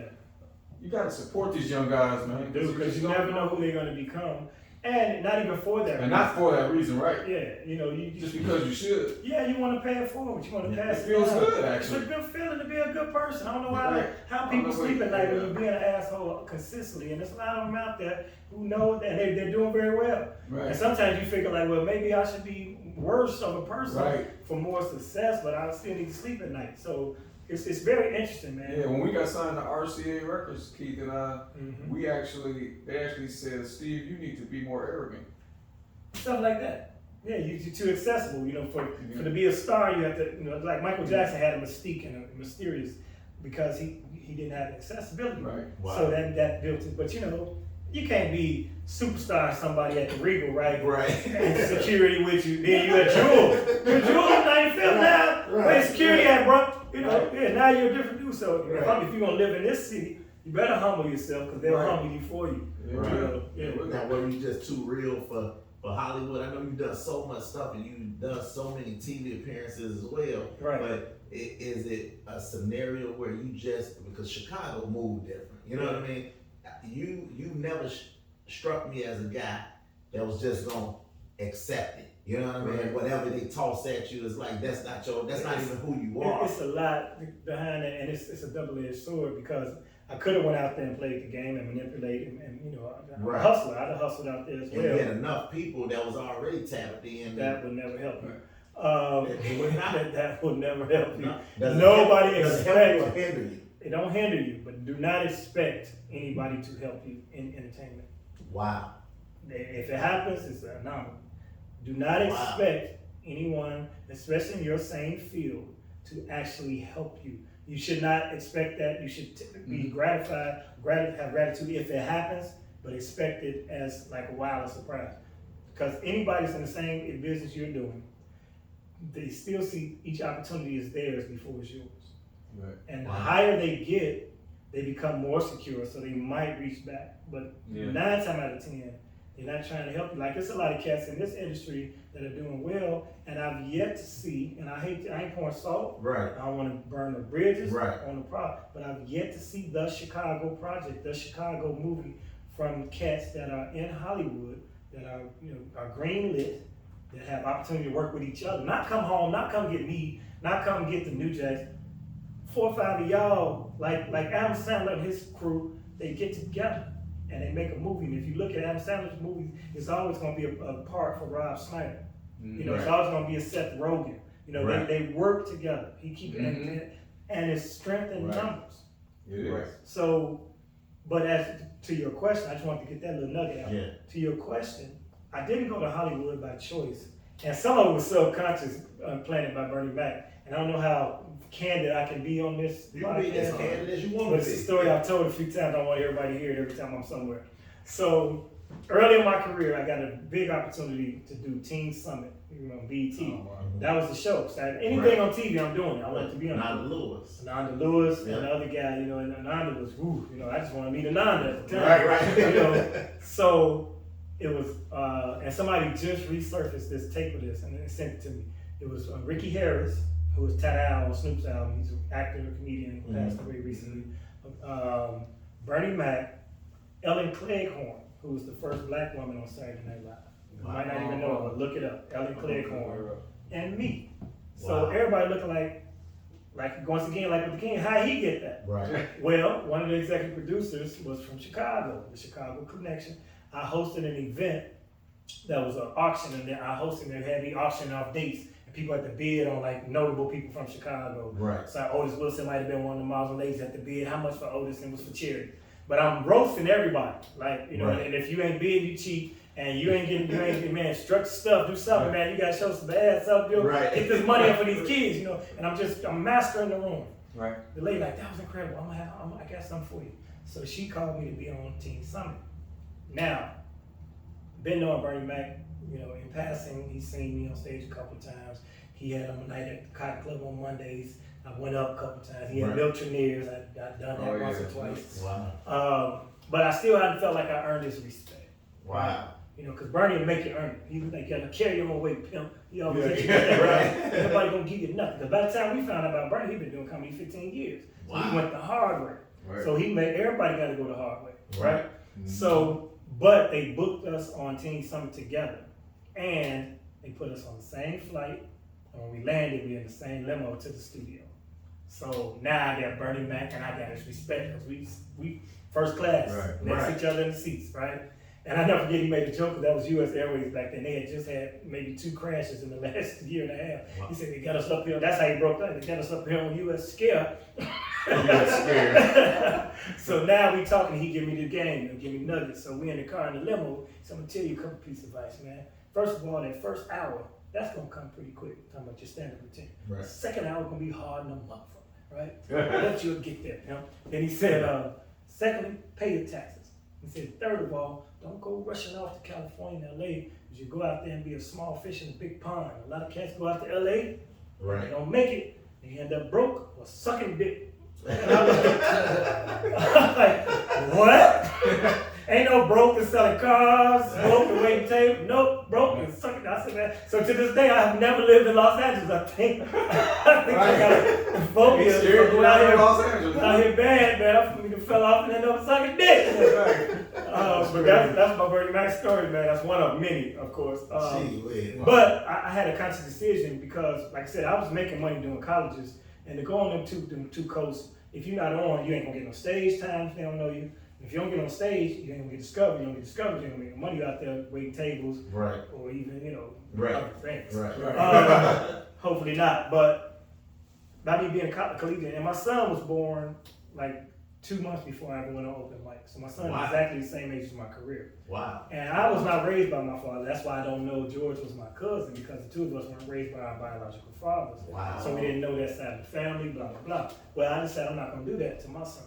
I'm not going to sacrifice my bond, my relationship with my son to chase a dream or uproot my family, and I was making good money. Right. So I felt like also by me being a promoter here in Chicago's a market everybody want to play. I don't care who you are. If you ain't played Chicago, you ain't nobody. It's amazing. Right. You know, LA, New York, Chicago, if you don't do them three, you're not an American artist, in my opinion. Right. So I use that as a tool to draw people. You know, I capitalize on the fact you want to play Chicago, but you ain't gonna do the every crowd. But Right. you can come get this money out here, riddles. I bet you that. Right. You know, so Right. and it's worked for me ever since. So I've always maintained a stable base here in Chicago that just take care of me. That's why I rep for the city so hard, because a lot of people say Chicago's a city of haters. It's not. You gotta love them, they'll love you back. Nope. Right. But you gotta respect them, and you gotta do what is expected. Look at what we're talking about, proactivity and looking out for one another, man. When you have infrastructure, man, you should be able to have infrastructure in the city that you're from. Absolutely. Right? I hit your line, you were receptive, and said, man, let me look and see if I got a suit jacket in the car. Right. If I got one, I'm over there. Right there. And then you came through. Same thing, like you just made reference. People are gonna always double down. Steve didn't have to double down, but he Right. did because it's Chicago. Yes, sir. So it's not always what they marginalize us to be, because everybody's not hating. Right. You know, because like you said, when you do get an opportunity to win, it turns into something different. You know? And you win better if you bring people with you. For Right. one. And for the other thing is, people don't understand about Chicago being a Midwest city with the Midwest, values and the situations that we come up in. You know, Right. we come from blue collar situations, and so once you get somewhere, sometimes most cities, people have to get out their city to make it, because your city's not a major market. But in Chicago, you can vanish. You can be here and not be here, but you don't want to oversaturate. You want to give them impression that you're doing other things. Which Right. I'm always on the road, but I'm a Chicago dude. I'm based. I never leave Chicago if I can help it and Right. still make my bread. But when people perceive you as gone, then you come back a hero. That creates a demand. Yeah. Yeah, you know what I mean? Yeah. So for instance, you're a comedian, and I tell comedians all the time, don't be at the comedy club every week, because why would I book you when you're here every week, Well, Right. right? Or why would people want to pay to see you if you want to go up every week and do jokes? Now, Right. if I put you on the fly, like, oh, of course, we already know you're gonna be there. right. You don't want to oversaturate yourself. Now, if you're grinding and you're hustling and you're trying to do open mics and get your own room, and you got 3 or 4 of them across the city, that's one thing. Right. But at least you are making impact on what you're doing. But you don't want to be accessible to the point, like you say, you ain't got to be arrogant, but you don't want to be too accessible. Right. See, and I love that, man, because that's the problem. And people don't understand their true value when it comes to the marketplace that they're in. And Right. sometimes you got to say no a bunch of times to get a big yes. People will offer you, because they feel like you're a DJ. It may just come through 30 minutes. How much for just, Right. they do like they'll diminish what you do to, Right. I only need you for an hour. And That's it. That hour costs, bro. Yeah. Because people going to come because I'm there for that hour. Right. And I can't be in Bangladesh that night because I'm doing your That is true. wedding reception. Right. So you have to pay what I'm missing to go there. Well, And it's people don't get that. It's Right. a general time, right? Yeah. Even like when You buying a date. You're not buying 15 minutes. Can you come Right. do like 15 minutes and no? Oh, I as soon as they cannot. start saying how long they want you. Once you know the minutes, you know they ain't got the money. How much for one rib? Yeah, exactly. It's like, how much for one rib? Same 10 situation. cents. Yeah, and people don't understand this is the art form, this is a craft. What you all do, what we do, and of course we love doing it. Mhm. But we also eat off of it. Like I would love to go anywhere I go if it's a microphone and I'm gonna say a few words for the people, but you ain't gonna put me on the flyer and sell tickets and tell me just do 15 minutes. Nah, dog, that costs. Right. Well, there should be a value. You know what I mean? And again, like we talk about it with the DJ and stuff. Man, you create this market value, which we didn't do it, Right. but when you pay that guy that's the threshold of what the market value is. And so sometimes you you- got 0 and you got the market value. So you Sometimes gotta you be have, somewhere. you have to set your threshold because what happens is, of course you need that money this week. You got light bill to do, you got kids, you got something to do. But if you could just be patient enough to be selective of what you will take and will not take, then the word gets out that that's what he is. And when they finally have what they want, if they want you bad enough, they'll come back and now they know what price it is. Yeah. And sometimes you gotta tell them no a couple times, and it hurts. It's tricky, But I watch the guys who are getting bread in this game. I watch them do it like that. Like Lil Duval, for instance, he always set his price way higher than I would pay. Mhm. But Right. somebody was paying it, you know what I'm saying? And now he's getting it like he wanted it. Right. Michael Blackson used to always say, I'm rich, every time. And this back when we had 2-way pages. He Right. said, don't 2-way page me. I don't even answer my pages. I'm rich. I have another guy answer it. You know, everything was I'm rich. I have another guy open my ketchup for me because I'm rich. And then he got rich. So you got to speak it. You got to believe it. Right. You got to enforce it. That is true. Yeah. Wow. And it ain't all about being rich. It's about getting to whatever plateau in life you're trying to get to. You got to visualize it, and you got to stand on it. And then you got to sacrifice not accepting less so that you can get more. You got to have a bunch of no's to get to that big yes. Yeah. Now, do you think that's just a character defect in some individuals, or do they just not want it bad enough? Sometimes it's a lack of the knowledge of that. Sometimes it's So is it discipline? it's not just discipline. It's Knowledge it's itself? it's the fact of having the fortitude to weather that, and Yeah. it's also your circumstances. There are times I ain't gonna say I ain't never took less money than I want. Many times, still to this day, I'll never get what I feel I'm worth. To this True. point, I ain't gonna say never, True. but I'm not True. being offered that on a regular Right. basis. But there have been times when somebody say, "Man, come get this quick little money," blah blah blah blah blah, and Right. I have happened to need that quick little money today. Right, I need the break, right. It's the 26th. Right. I'm already But 10 you days got late right. past the late on the order. You know what I mean? Right. I'm gonna get that. My Right. son in private school. I got to go get this tuition. Right. But eventually the word gets out that your price is what it is. And you need to get you somebody as a go-between. Because even if it's your wife, even if it's your mother, even if it's somebody else, even if you sitting there and they're a puppet and they saying everything you say, you need to have the bad guy. So that you can be the artist and the good guy. Yep. And I'm like, yeah, I love to do it. You know, because I never tell people no. Yeah. The way 70th birthday is my mother's friend from the church. Right. How much he charged? I do. Mama, she ain't got this kind of money. I'm gonna charge. Right. But I tell her yes, and then I say, just do me a favor, email so and so, Right. talk to Jada. She'll get you on my schedule. Right. Then she'll give you the bullets. Hey, he charged this, he needs that, and it's that. Right. And if you can't do it, then she'll call me back like, oh, your manager said. I said, oh, did she do that? Well, I probably got another gig that was, Right. you want to be the Right. guy, Right. Right. I'm like, she didn't take the gig. Oh no, let me call her. Oh, she told me, well, I'm gonna be in, Cayman. Cayman Day. Cayman Yeah, Day. that day. Right. Yeah, so, because you want to be able to be accessible, but you don't want to let people, manipulate. Especially if you're a good, sensitive person, a kind-hearted person.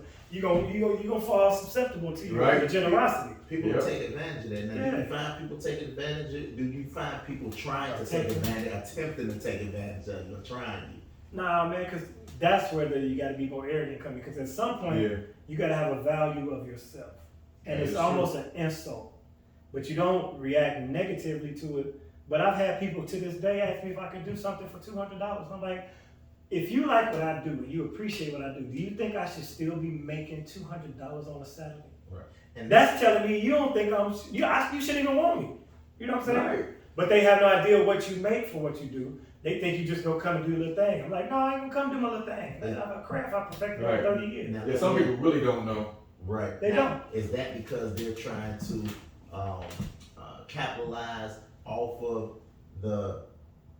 of your brand that you established over all these years? What Because kind? here it is. If it's too, it's all. If you hit our line and say, "Hey man, I'm doing a bar mitzvah in the backyard," Right. we coming. Yeah. We there. Look, we rocking all night because we want to do it because we know that it ain't that type of energy. Right. But if you got tickets on sale and the tickets, Ticket $75 Yeah. per Bring sale, out the- right? So that's the first thing I say. I say, how many seats? Then how much is your tickets? If they can't answer that, I already know they don't know what they're doing, for one. Right. But a lot of times they be like, oh, well, let me call you back because blah, blah, blah. 'Cause they got you on record. But it ain't so much the things where it's a promoter who trying to, come up and slick because they know what they're doing. I'm talking about the layman who think that what we do is like a side hustle or a hobby. And you just gonna come play some songs. Right. We gonna feed you. They tell you we gonna have food and it's gonna be drinks and girls. I don't need none of that shit. Right. For what? I don't need none of that. Right. I need to be able to pay for the lifestyle that I have to Right. maintain my lifestyle The- or my retirement at some point. Yeah. You gotta be thinking long term about this. So, sometimes they just have no idea. So when you hit them with your price, because sometimes they ask me the price, I say this is what I normally do because I never reveal a price before I find out what they're willing to pay.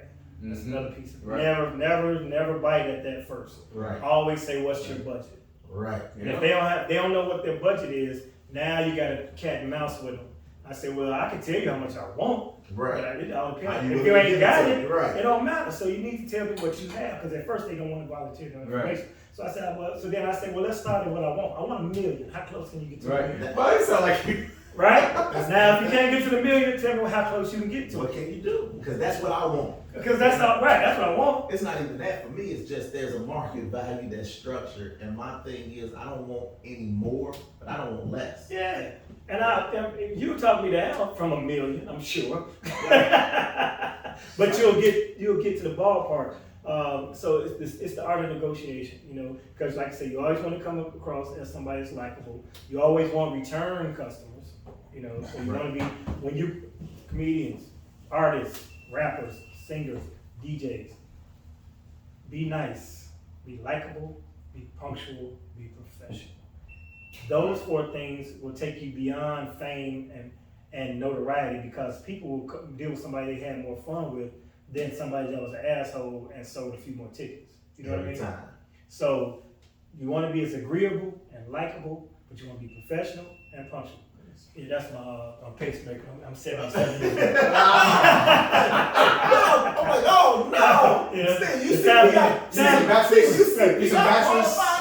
time for me to take my pill. That's my pill monitor. Hey, Are you wait. hearing that beat? Yes, Yeah. for sure. We're trying to I don't figure know out what's going on with that. What you mean you don't know what's going Let me see on if with something that? says. I checked the doors. The It's doors a low are locked. battery That's or recording something. time, they go. Yeah. Now it's getting more constant. Yeah. Well, that's just tell us to wrap this up, I guess. Yeah, well, that's it. I mean, we good. And We covered a normally lot. we normally keep it running, man. I'm here. We You can gonna go. be, yeah, well, you gonna be a whole. We gonna have you going for a whole. What you see how we do this? We Yeah, playing a the different chop game ups. now. Yeah, We're still rolling. Because here it is. Let's keep rolling. But that's the game. Yeah, I don't know what that beep is. They don't double It down seemed to have stopped.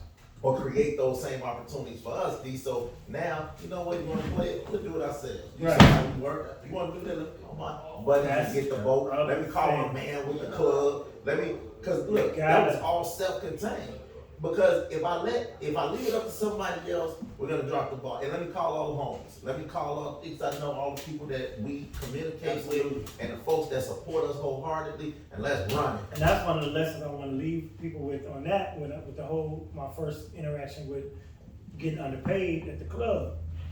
If you create your own opportunity, you either gonna prosper from your opportunity, or your opportunity be so great that they'll basically want to do business with you or buy you out. You know what I mean? Like Right. y'all as an independent entity, eventually somebody gonna come at y'all and be like, we wanna do your distribution, or however y'all already doing that. I'm just saying, Right. make an example by doing your own, creating your own brand, establishing your Right. own lane. Don't wait for the phone to ring.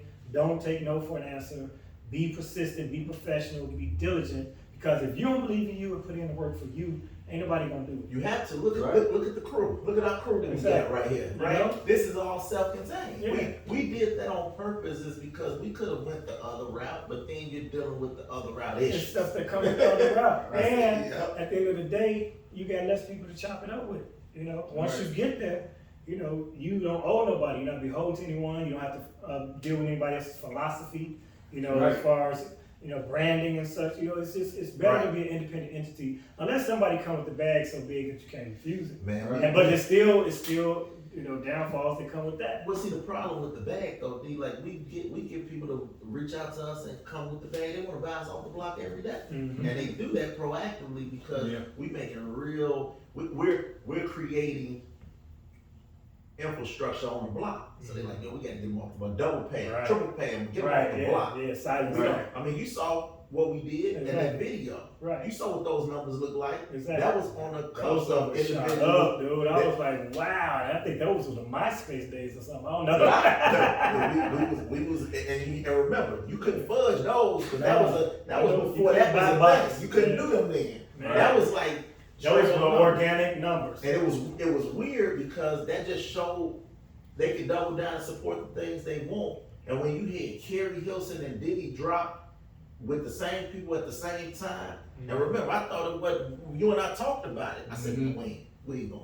Right. Wait, Yeah. Diddy, you know, Yeah, he got everybody Kerry did my Hilson. Diddy. He got Kerry Hilson on the Right. record. He got freaking Trina. She on the record too. And this is when they hot. Right.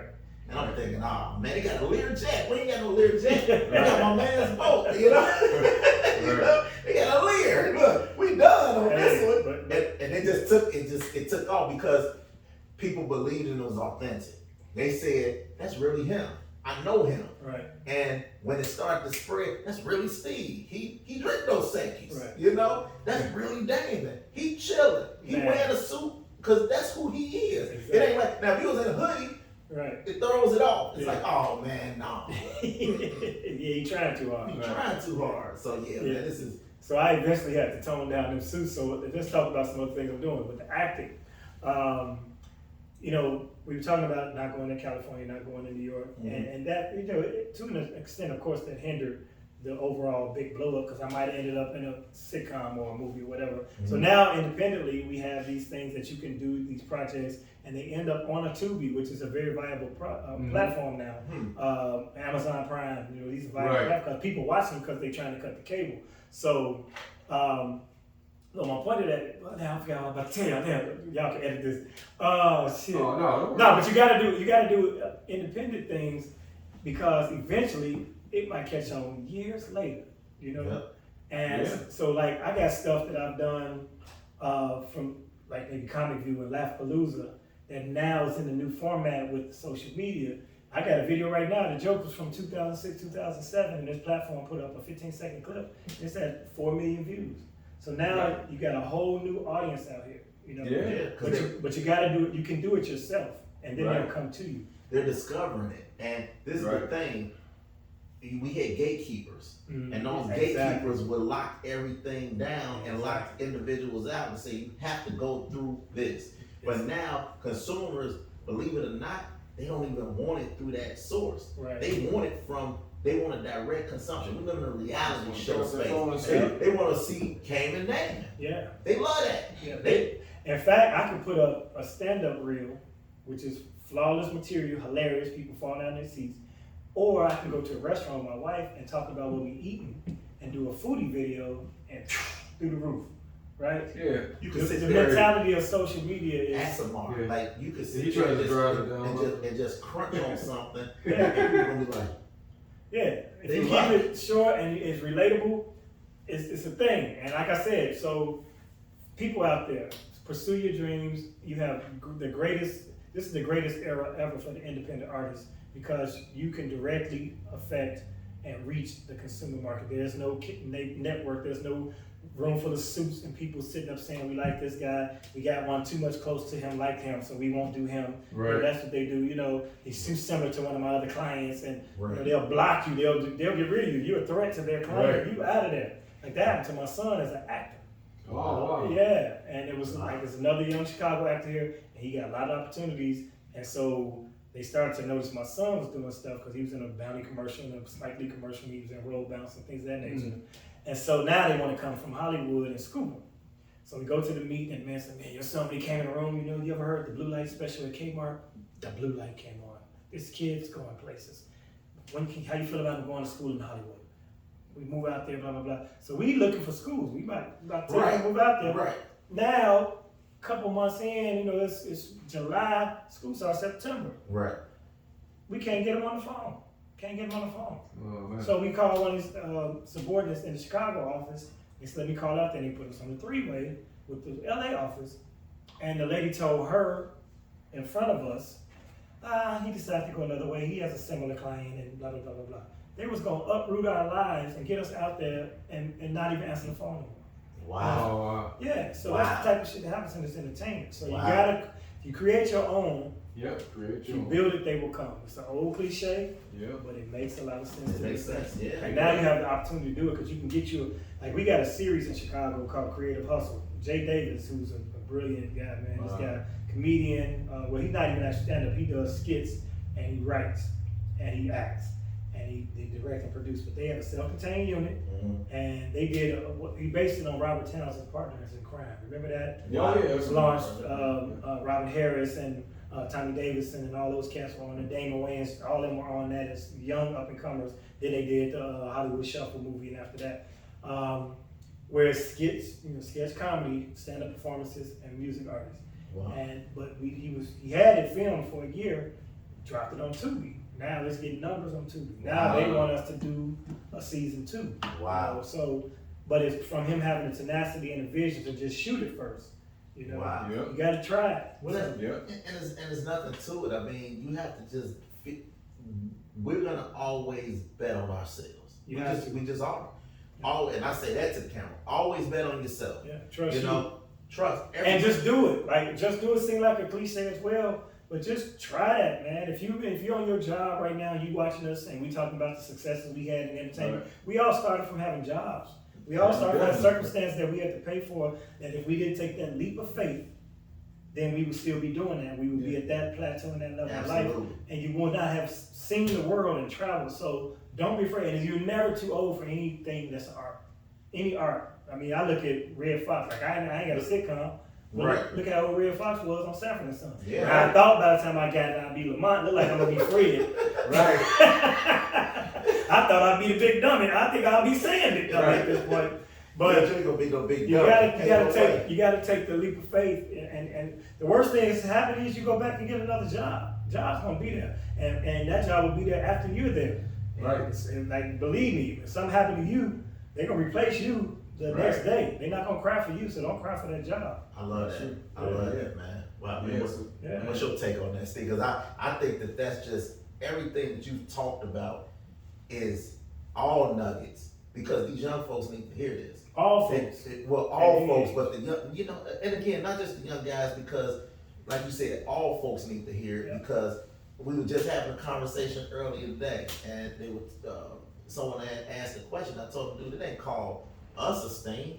It's called self-esteem. Right. You know, Yeah. like this ain't about It ain't us. we This esteem. ain't plural. It ain't You know they what I mean? esteem. Right. It's self. It's self-esteem. Right. You gotta be self-confident and have Yeah. self-awareness in Yeah. order to go out and get it, man. It's there. Yeah. You just Yeah, got I had no self-esteem until because I started to pursue a passion in something that I love, which was the DJing, which was in its infancy. There wasn't a lot of people doing it, so people thought I was crazy or whatever. Because I'm taking a microphone and going from one speaker to another on the little blue box turntables to try to mix. That's how I was mixing. I would take the microphone, Wow. right?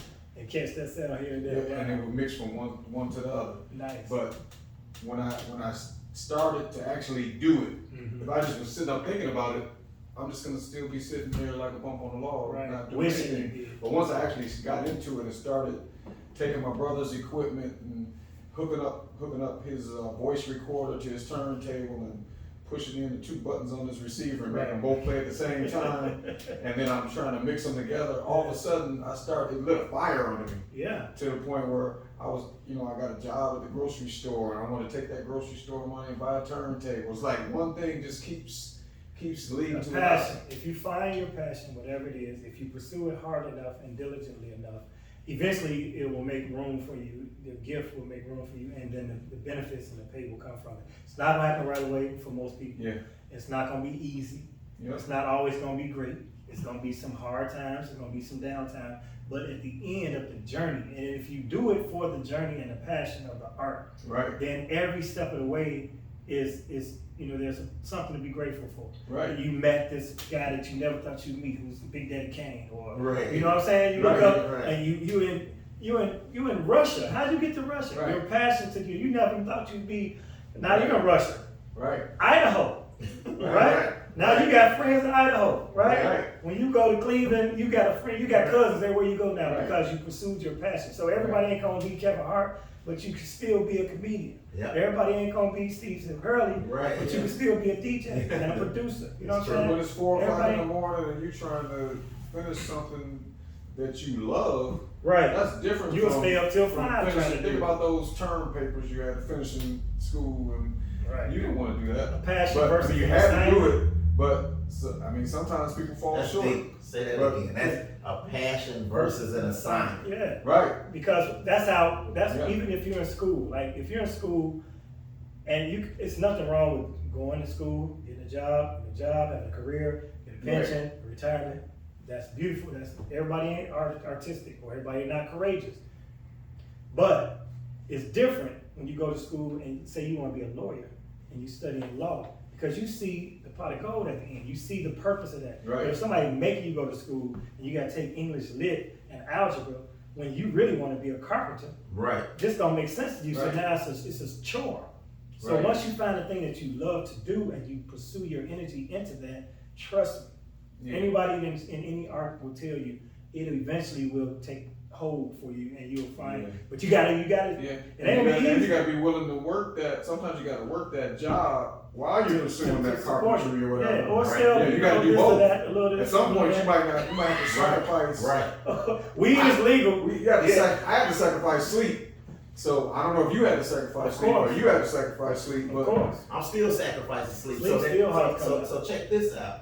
That just goes to show. You just said you still sacrifice sleep. You sacrifice sleep. Yeah. We sacrifice sleep still to this day. Yeah. And we do all right, you know, but we still in a place where we sacrifice our sleep. But you do it because you have a reason for it. Well, because of passion. The day that I'm not passionate about something that I'm pursuing is the day that I don't do it. Exactly. right? Yep. And it's a lot that comes with once you do become an entrepreneur, or successful artist or entrepreneur, anything where you pursue your passion, you have the opportunity to not do a lot of things that you don't want to do. You're gonna have to do the work, but that downtime is yours. You know, and that Yeah. the fact that you Yeah. can sit here and be in this room just chewing the fat when you could, somebody could have you punching the clock. Right. That came from your effort, them late nights and staying up and having Right. a vision and pursuing it and following it. Right. So the reward comes in the end. And it might not be monetary. Time is more valuable than money. It is. If you can have a passion that the only thing you spend your time doing is something you love and then nothing else, even if you're rich or not, you got a great life. Right. Yeah. You know what I'm saying? So that is worth it. A lot of people die young with money in the bank. A lot Right. of people die before they get to spend their retirement and their pension. They work 50 years, like I said, and in the 60th year they dead. You know, they ain't do nothing with their lives. They dedicated themselves to that job just to get to that point. Just one more year. Yeah. Like just Right. one more year. One Yeah. more year. Live your life, people. Smell the roses, travel, love on your family, Yep. love people when you see them. I love you, brothers. Man, I'm I gonna love tell you y'all too, that bro. while we right here. That's dope, bro. You know what I mean? That's dope. You gotta love on your people while you got them. You don't want to be posting a picture and then talking, man, Right. That was my man. yeah, you know, then now you love him down here in the caption. Now he's your best friend. Right. He's the greatest. You know, Right. no, give people their flowers right away, man. But enjoy your life. Speaking of love, we can show you some love. Where can they catch up with you? DamonWilliamsComedy.com has all my links, of course. Right. The social media is Damon Williams Comedy. I was talking earlier about my name Damon now being more prevalent. When I was a kid, I never met a Damon. So now on Twitter, I'm Damon William, no S on the end, because there's another Damon Williams, and one's a ball That's player, the ball player. one's Yeah. he's a PA, he's in academic land. Then that's my son, but and he's doing music now too. Oh, wow. Yeah, y'all gotta hear it, man. Check it I had out. a perform at City Winery with me. So this summer, whenever y'all see this, whatever, I'm doing a residency, a 3-month, once a month show at City Winery. Music, entertainment, comedy. Oh, Yeah, nice. so it's called Summer at the City. Wow. So June 14th, July 22nd, and August 20th, doing that. Got a 12th annual Martha's Vineyard Comedy Festival. Oh, Me and my dope. partner Steve Capers, we're on our 12th Steve. year. Yeah, of course. Wow. You know, great guy, great family, great dude. That's our 12th. We built that from 6 people in the audience the first year. In the second year, we had about 20 people, and then there was a threat of a storm, so we had to end it early. So we persevered all that. So now he actually has leased out the theater. He's the theater. He's basically proprietor of a theater on the island. And that's just perseverance and tenacity. He and I did all the shows we did together. We used to do the Holiday Inn, did the Hilton in Chicago, Funny First Alright. Saturdays. We moved around till we finally hit a lick with that. And then it's like some films out. A movie with Juice Sadoro called White People Money. Jay Davis film is called Not Another Black Movie. His series that I'm on is called Creative Hustle. And I have a series on a streaming platform, Wow. which is called Urban Flicks TV. It's a stand-up and interview show. So I interview the comedians. Oh, that's dope. And then they go do their set. We filmed it though March 2020, right as COVID hit. Right, we wrapped the week before COVID before the lockdown, and so we didn't get the promotion because they were going to do a nationwide billboard campaign. They like anybody outside, so no billboard. Right. But now they've reinvigorated the network. We got a lot of original programs, and I'm one of the first original series on 8 episodes, 3 comedians per episode. So Wow. you know, Can't wait to check that we out. can be found. That'll be on your site too? Yeah, you know, but it's a streaming platform. It's $3.99 or $4.99 a month or whatever. I'm saying like the info on that. Yeah, you can find everything on there. Some Go on there. They better pay that $3.99. Well, you ain't gotta pay it once. You could. I don't give a shit if you stay on there. Just pay it once, burn through it, binge it out, and then you can let your subscription go. No. Hey, I'm just saying. Pay the subscription, man. Pay the I mean, people got subscription, dog. bills, man. I ain't trying to be in their pocket. They can come see us live. See, you that guy. Wait till the end of the power over, and then Binge. No, I got a wife, so we gotta watch that together. That's our that, thing. right? That's our thing. You know, we watch our shows. And shouts out to my wife who's been very supportive in my career at this point. Absolutely. All of our spouses and our significant others, and our families who sacrifice the time that we have, not only in creative mode when you're in the lab to form them on it, but when you're on the road and away from them, it's very important. And try to take them as much as you can too. Yeah. So let them experience at least that part of the business. But That's for sure. yeah, family first, and then.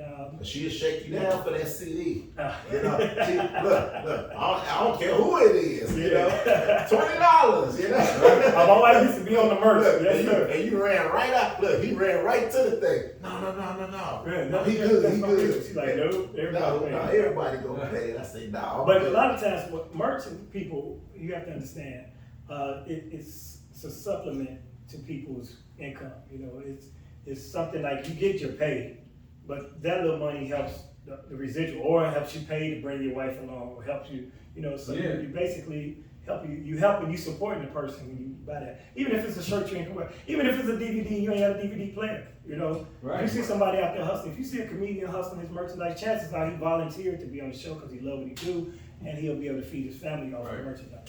That's awesome, man. Yeah. That's fun. That's a funny story. Flex Alexander, man, we was in Burbank one time, and there was a guy outside just hustling CDs, and I told him, I said, man, I'm gonna pay for this CD, but this CD is horrible when I come back. And it was funny because we just had ran into him going into the Cheesecake Factory out there, and I said, hey man, listen, if this CD sucks, it's just random guy. It was just random that Flex was there, And that turned out to be incredible, man. That was in the Dick, rest in peace to Dick Griffey. That was in the Dick Griffey Wow, days, Sold Out Records. No, Soul Out, man. Dick Griffey was a real good friend of mine, and I love Dick. That's a real G and too. his family. Pause.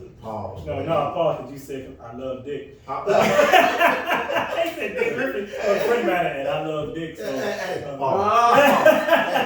I want to do that for you. Thank you. Somebody will take just that bite. I told you there's a bunch of fags. Hey, listen, we support and we love everybody. Everybody. LGBTQIA. Right. We are in full support. And I know John might even have to bleep that out. See, that's the thing that we do. We will. Yeah. We will. Yeah. That's going out. That's the thing we do that I have to now stand on, because subject matter now is being policed with the Me Too movement, and not just Me Too, but the cancel culture. Not to say no disrespect to Me Too, because I fully support that. But we have an art form, and so we still have to be able to breach the subject. But I tell comedians this all the time as well: if you make a joke about people or a lifestyle or subject, do it in a manner that the person that it affects can laugh as well. So I can do jokes. I'm doing a Gay Pride Month show in Martha's Vineyard, and it's going to be all gay people. But I'm still going to do my gay jokes because I do it with tact. Right. So that's why fags, you can cut that out too. But it's derogatory, and then it's not. So if I'm referring to ourselves, you know what I mean? Right. But anyway, we love everybody, and I say that to preface that. We'll cut it out. But Yeah. this is good outtake. Look, you heard me. I heard up and jumped I in. still have it though. I ain't trying to get The fly on the wall. Don't cancel us, man. No. We can see it go left. No, man. especially house music. Y'all better not. Are you kidding? Hey, look. In life in general. As soon as you said it, oh yeah, by the way, right. is this thing on? Right. That's like Jesse Jackson. I want to kick him in the nuts. Oh, the mic is on. Right. All right, I'm running out of throat and voice. Yeah. It's over here. Get him another Dos Equis or Stella. There. Yeah, Whatever y'all ready. Y'all keep talking. I got to pay water bill. Right. Now you know you're the gatekeeper. You got the opener. That's gonna mess with. Man, twist that thing off, This dude. ain't no twist. You can twist that. You can twist it all you want. Twist that. Go ahead, twist it. Watch that. Grown ass man. Look, that is the outtake. You gonna have it on your thing. Look at dumb ass grown ass man. It's gonna go around. I had it twisted. Ooh. Yeah, there you go. You can twist all you want. You can twist and shout. It ain't coming out. Good luck with I that. got it though. I do these. I drink these. Did you get it? Yeah. Hilarious. You know, I come from a household where you can't always find the can opener. We appreciate you kicking it, man. What you think, man? It's kind of cool that we just set up shop like that. Huh? No, you gotta do that. You gotta man. do it, I've man. been trying to get one, me and my son, because he actually has a very popular podcast called Ergo Radio, but it's more about social artists, social activism and arts. But like when Angela Davis comes to Chicago, they go to his show. Like literally the icons of social movement. Oh, wow. Yeah, they really are plugged in. Matter of fact, my son is Oh, my on fault. Okay. he's on the subcommittee transition team for Brandon Johnson because he's an organizer. So they the ones who put him over the top as far as the vote is concerned.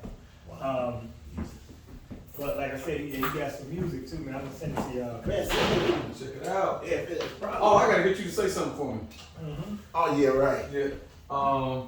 You wanna No, tell me first, tell me what well, it we is? got one to say, what's up, this Damon Williams, and you on the SNS, and you watching me on the SNS Chicago podcast. That's one. I want to drop. Okay. Yeah, okay, that one drop for us. Hey, it's comedian David Williams, Chi-Town, and you are watching me right now on the SNS Chicago podcast with my guys, man. This is family. Make sure you watch it every chance. Like, subscribe, tell a friend. All right. Oh, and the other one is I'm Damon Williams, and wait, what now? I forgot what. Oh, and you're in the room. Like I was in the room with No, what's up, this is Damon Williams, and what was it? I was in the room. Yeah, I was in the room when it happened. I was in the room when it happened. No, Yeah. let me tell you the concept, how flat it is. All right. Steve is getting ready to sit in his office at the house, right? With a whole like dim lit deal. And we're gonna do a Steve Silcurley thing. He's gonna break down every one of his records that he ever produced. Woo! And it's called I Was in the Room. So he letting people in the room now. Yeah. You wanna know what my kick drum was like. You wanna know what happened. So you when gotta James do, Percival Don't came. Like the Dust? Yeah. Oh yeah. No, Right. So, So, let's ask my son, because he got it. I don't have it on me. Where would I find it? but that's a Yep. but see that's All a right, win. let's go. Hey, this is Damon Williams, and guess what?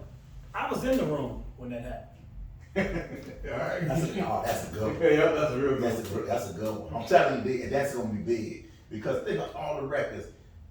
Remember the Time for Michael Jackson, Get Off for Prince, Madonna, Ozzy Osbourne, Wow. Yolanda Adams. You name it. You name it! You name it. Where would I find that's a damn shame. They gonna be like, nigga, you ain't got your own shit. Right. All right. Anything else, Skip? Before we stop the press. 1 hour left. We did good. Yeah.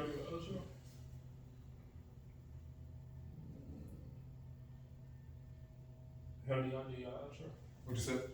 Do y'all do y'all outro? Not yet, because he stepped out. Oh, no. Oh wait, an outro. Yeah, they didn't do the outro yet. Oh, thank you. Thank you for that. Yeah. So now we got a dope. We got I know Brazil would have been mad. Good thing. Editing that. Come on, Skipper. I had to pay that water bill too.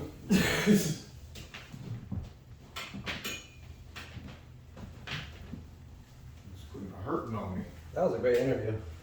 Yeah. We That was powerful. Yeah, it was organic for one, but it's a Yeah. lot of experiences in this room. You know what I really like about the comedy world and how it's different from the music world? Because in the music, you finish it and then you tour it.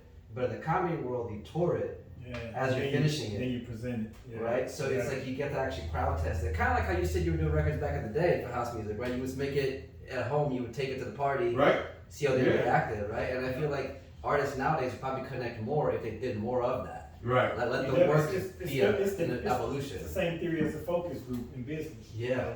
Your audience is basically your focus group. So when I do a bit, that's what riddles is for.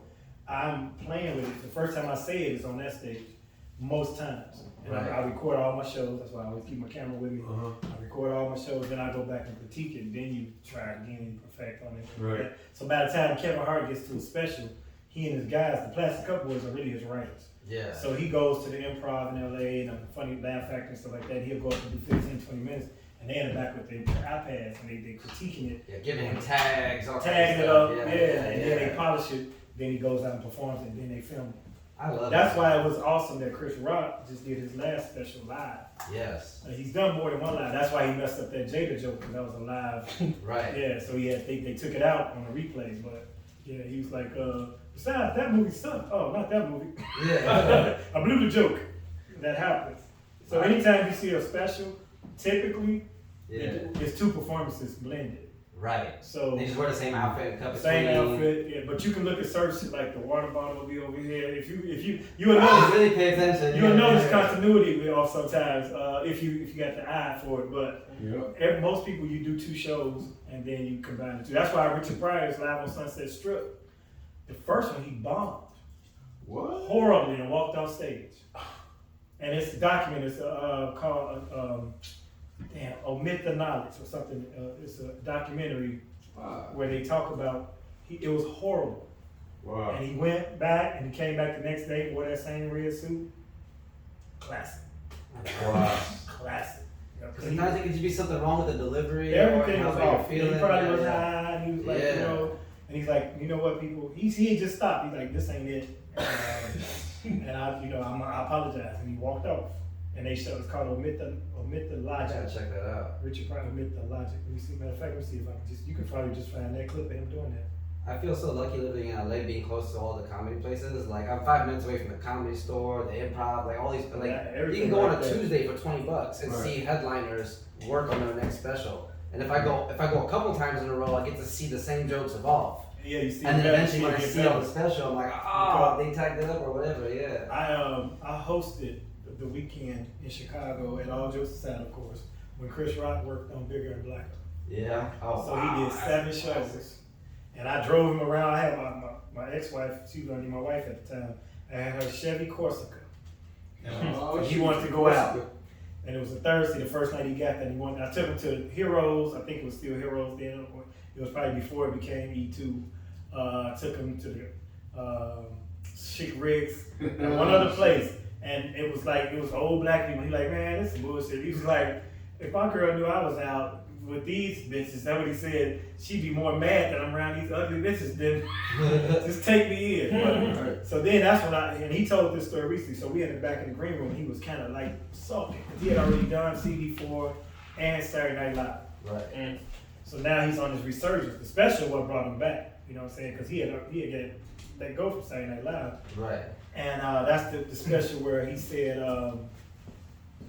I'm not saying he should have killed her, but I understand. The OJ joke about Nicole. Yeah. Yeah. And he did that whole set, but he was in the back. And I'm like, man, what's wrong? Because the show was sold out. It's packed out, building around with people every night. He's like, man, I said, what's wrong? He's like, shit, I'm here. Like, you here? And I'm like, fool, you at All Jokes Aside. It's sold out. What you mean? You here? Like, you don't even understand the level he was at to be back. First of all, he did mainstream. He didn't do black rooms back then. You know what I'm saying? He didn't just do black clubs. So it's a black club. You know, he working on his set. He hoping it's going to do something for his life later. And he mastered that bitch. And that special was, Wow. like you say, to watch him do the jokes and see which jokes he kept by the time he finally did. But this is where he told me the story I was about to tell y'all.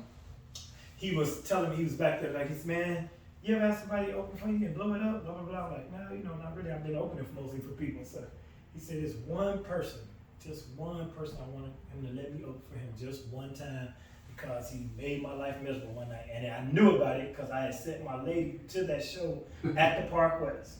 Right. He let Martin Lawrence open for him at the Park West. Now this one, he coming on Saturday Night Live and CB4, he a star. Martin is hungry. This is before Def Jam, right before I Def can Jam. imagine how that works. And if y'all saw his HBO special, which they shot at the Vic, when he did that joke about the fly, I don't know if you ever seen it. And he do this thing, he at the bus stop, and it's so hilarious.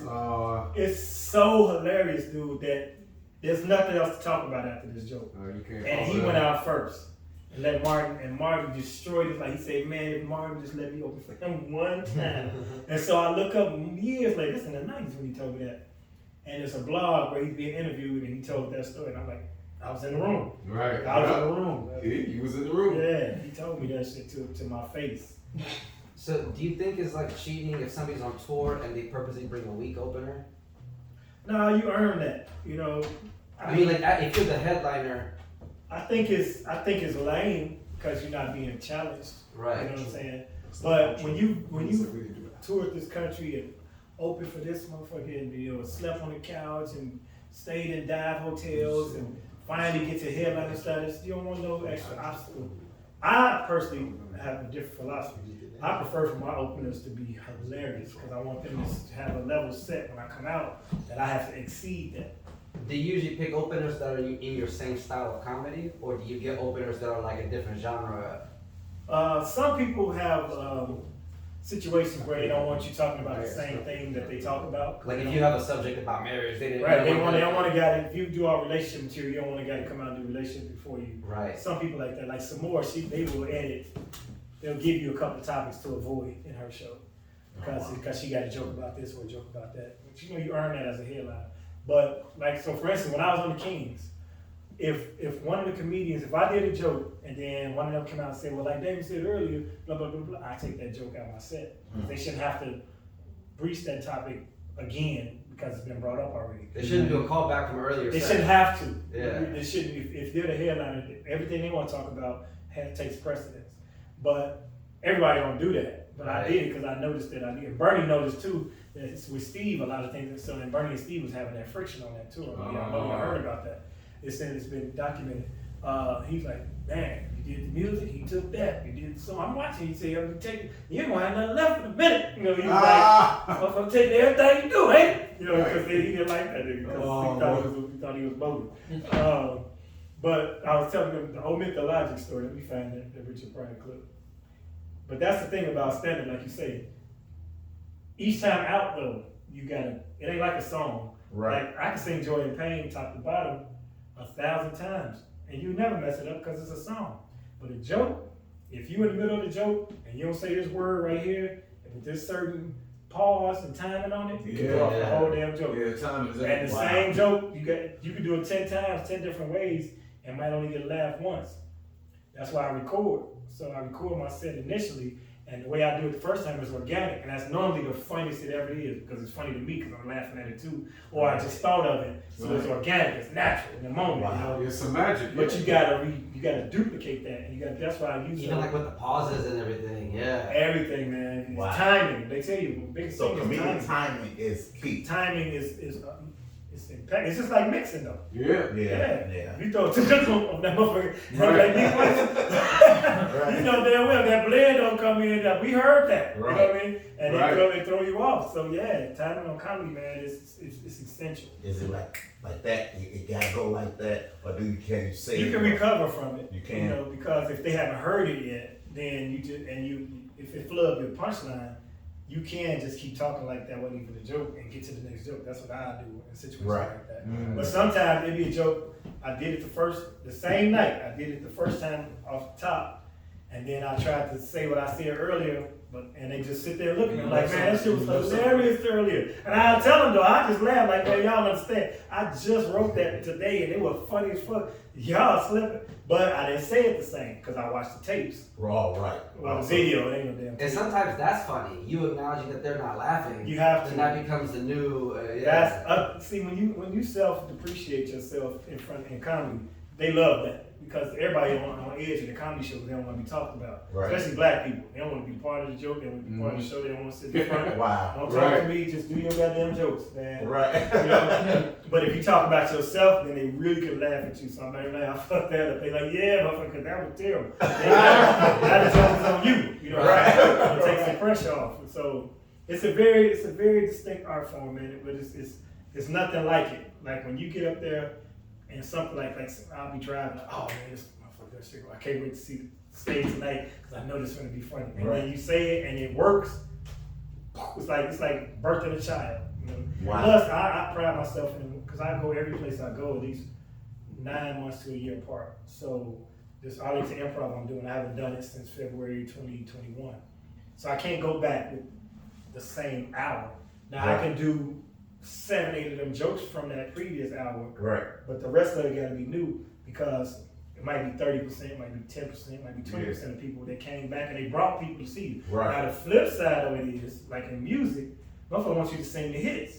Right? Right. So Right. if you come and you did this joke that was Right. so funny the last time they saw you, and you don't do it, like, man, why Yeah, you like I was do asking about the road skate. Yeah, why you ain't do the skate joke? I get Right. that requested all the time. Right. But then I'm like, you saw it. You think it's gonna be funny as it was the first time, but the surprise element is gone. But Right. then again, it is special, your favorite special. If you watch Chappelle Killing Me Softly, Right. you're still gonna laugh when he talk about the baby. Absolutely. Even Right. though you know it's Yeah. coming. You know, it's the art, but it ain't like being Frankie Beverly, where you could do the same album for 30 years. Right. You know what I'm Right. saying? Right. Yeah, the longest joke I've seen continue is Burt Kreischer's The Machine Story. You familiar with him? I know the fat white guy take his shirt off a lot. Yeah, he's been doing that joke for like 10 years, finally made a movie out of it. It's the only one that I've seen do repeat that often. Yeah, well, there's some people that get away with it because 9 times out of 10, your audience, at most 50% have seen you live. You know? True. And but the problem now is though you have to be selective of what you post on YouTube because if a person is going to a comedy club, let's say they never heard of you, they go online and see if you're funny first. Now let me ask you, does that make it a bit more difficult considering that we live in this digital age? Because now your whole set got to almost be revamped because they saw it. It's like us as DJs. Exactly. There used to be a point where you go record shopping, let's say Friday or Saturday, and you get these records, but you DJ, let's just say you go on Friday and you DJ on Saturday, right? Then you can't play that record next week if you playing at the same place you play. Especially at the same in the mix In of the area area. with that. But then again, it's like certain songs. It's a mix that this song feel like it's gonna lead to that song. You know, especially I know what he about to do. I hope he come in with my shit. So Right. you got to mix up what they expect and hope for, and the surprise element. But with comedy, it's different. Like I said, because a song you gonna want to sing it 1,000 times. You still Right, gonna want to hear right. that song. A Right. joke, it ain't gonna have the same punch if I Right. saw it. But if it's funny enough, they want to see it again. Right. Yeah, if it's a classic. Yeah, so they'll bring somebody. Classic jokes. So if they saw you last time, man, he do this joke about this kid. Wait till you see the joke Right. about the baby, boy. What is it? And then you don't do it. They're like, why the fuck you didn't do the joke? Right. Or you come out and people like, you know, you funny. You know, I heard all that shit before, but it's funny every time. Like, I'm like, no, you ain't heard all my shit before, because I ain't heard all this shit before. Right. Right. I made this up, Right. right? You know what the fuck you mean you heard it? You ain't heard all my shit, because I ain't heard all my I shit. ain't heard it, right. And I got about 2 hours worth of jokes I done forgot. People walk up to me all the time, man, you still do the joke about the skates, or you still do the joke about the mission? I'm like, oh shit. I looked through it, yeah, I forgot all about it. I have to go and watch the video to remember how it goes sometimes. Like after COVID, bruh, that was man, I have never been on stage that long in my career. Was that, now let me ask you this, it's just like basketball, was that hard for the timing? I literally couldn't remember my act. Like Wow. I was starting joking up and I had to ask my wife, so how does this go and blah blah blah? Because it had been so long and I wasn't a methodical robotic comedian. I mean all my jokes, I know my jokes. Like if I did once I started, I know where it's going because it's muscle memory. Right. But the muscle memory be off if you don't use the muscle. Right. So sometimes I start the joke and then fucking get lost in it, man. So I came out with a whole new set. Everything I did was COVID related and what we went through the pandemic and you know, my experiences because I couldn't remember my bits. So I had to sit and watch my recordings of previous shows to get the timing back. Right. Wow. That's crazy. That's Wow. it's like they say it's like riding a bike, but So yeah. even after all these years, it's still You gotta stay up. gotta work at it. That's why Eddie won't come back. Because there's too much work involved to get to what the level of expectation that he has. Right. Now he could do it because he's shown glimpses of He it. teased it. Yeah, he could do it. He teased it. You think what? He gonna be funny regardless, but he just don't have the timing and the hour, the set, and the work that it takes. Seinfeld, anybody that's interested in comedy and how this works, he decided, like, he didn't have a COVID situation, but he decided to throw his book away and start from scratch, do a whole hour from scratch. Seinfeld? And he documented this. The DVD Wow. is called Comedian, so it should be on streaming by now. Mm. He documented himself going from club to club, like you said, Yeah. starting a joke from scratch from the book, from the page, working it out, having it flop, and until he got that whole hour. Then he did the special with the hour. Do you write on stage? Like when you're trying new jokes, is it fully written out or do you just have like a bullet point and then you Well, now I like to say I Jay-Z it, you know what I mean? Yeah, So, yeah. Like I do the bullet point to myself to remember the thought. Oh, wow. It might be like flat tire. That's it, and then you'll. I'll show you that right now. So before my set, to program my show, what I do is I have all those jokes, but I'll bullet point them to remember to do them at night. But you don't say them word for word. That's too No, much to remember. You just verbatim. want to know the main idea. So like today, for instance, on my way, I sent myself something. All right, so this is like, it's funny. This girl, she's Iranian, and we used to kick a long time ago. And I had a flashback about this, and I had my song, my playlist, right? But out of nowhere, Computer Love came on, and we doing it. And then when he got to she said, "That's enough. I can't take this song no more. It's not sexy about this shit." So that's why I got Computer Love during sex. She was non-black. The music is culturally sensitive, so I might write it out the first time. Oh, But then, wow. You capture the inspiration for it. right, because you'll forget it. And then you paint the picture. But then Vividly. when I get ready to perform something, let me see this. That's what I was about to do. I picked the wrong list. Now, how many do you go to the table with, or does it just matter how the flow of the audience is? Like, do you go in and say, it's like us, you know, are we gonna take the big bag of records? Are we gonna take a few records? And Yeah, it whatever depends on we how got, the we set got. is. It depends if you headline, feature, and hosting. So like I had to do maybe a 15-minute set. So this is that right here. Biden, Trump, gas bill, track crack, Juneteenth, January 6th, beats, drunks get home, prostate. Now, each one of them is a whole story. Right. Yeah. And you can recall them. Yeah, but I just have to look at this one. When I'm headline, I'm doing an hour, I can do whatever. Right. So 'Cause you if I control the forget it or pattern. not, if I didn't get that joke, I didn't get to it. But if I got 15 minutes and I know I need to get in and get out, like this weekend, I'm doing 25 Right. minutes with these guys. Mhm. And I want to hit them with all the highlights. So I've been working them jokes. Yeah. Like I did a weekend. So you about to hit them with everything. all the motherfucking haymakers, no jabs. Just like that. No setups. Yeah, that's like when I do a short DJ set. Yeah, that's right. You come in I here. come with I DJ Planet Soul for BET. Yeah, I couldn't believe how fast I needed to hurry up and get to the next record. boom. It's like, ain't no playing the record, I'm just standing You there gotta get to these motherfuckers. and wait for people to sing along with it. Plus you want them to see them all. You know what I mean? Right, So right. you ain't got time. So I'm like sometimes trying it's almost detrimental. My pace is almost detrimental. Like if I wanted to do more time, I could let them laugh longer. Yeah. But I like my jokes like punchline per 30-second beats. You know, like I'm EDM of comedy. I ain't trying to be up there like Chappelle. He'll lead you on a journey, Right, right. and then he'll drop you off. Yeah, he can wait like 5 minutes before the punchline. Yeah, and I can do that. Yeah, And that's why you tell have more stories. time. Yeah. And but like we in a microwave society where people's attention span is 15 seconds. Like Vine videos are 15 seconds. And that's the humor they expect now. They ain't trying to sit through your shit. They Have you ever ready to done laugh. like Jimmy Kimmel or any of those? Like, No. stuff like that at The least? closest I got to that is Conan's people came and Deion Cole was writing for him, so he brought them to town. But I don't do late night talk That show. was a real short, right? Oh, Jenny Jones. That's the story I can tell you. Oh. Jenny Jones show. Jenny used to be a stand-up comedian. I don't know if y'all knew that. What? She's on Star Search. She's on Star Yeah, say Search. that in the thing, man. Yeah, all this should have been in the past. It's in there. Yeah. We got it. But Jenny Jones was a stand-up comic on Star Search. So they had a tragic situation, and she played drums.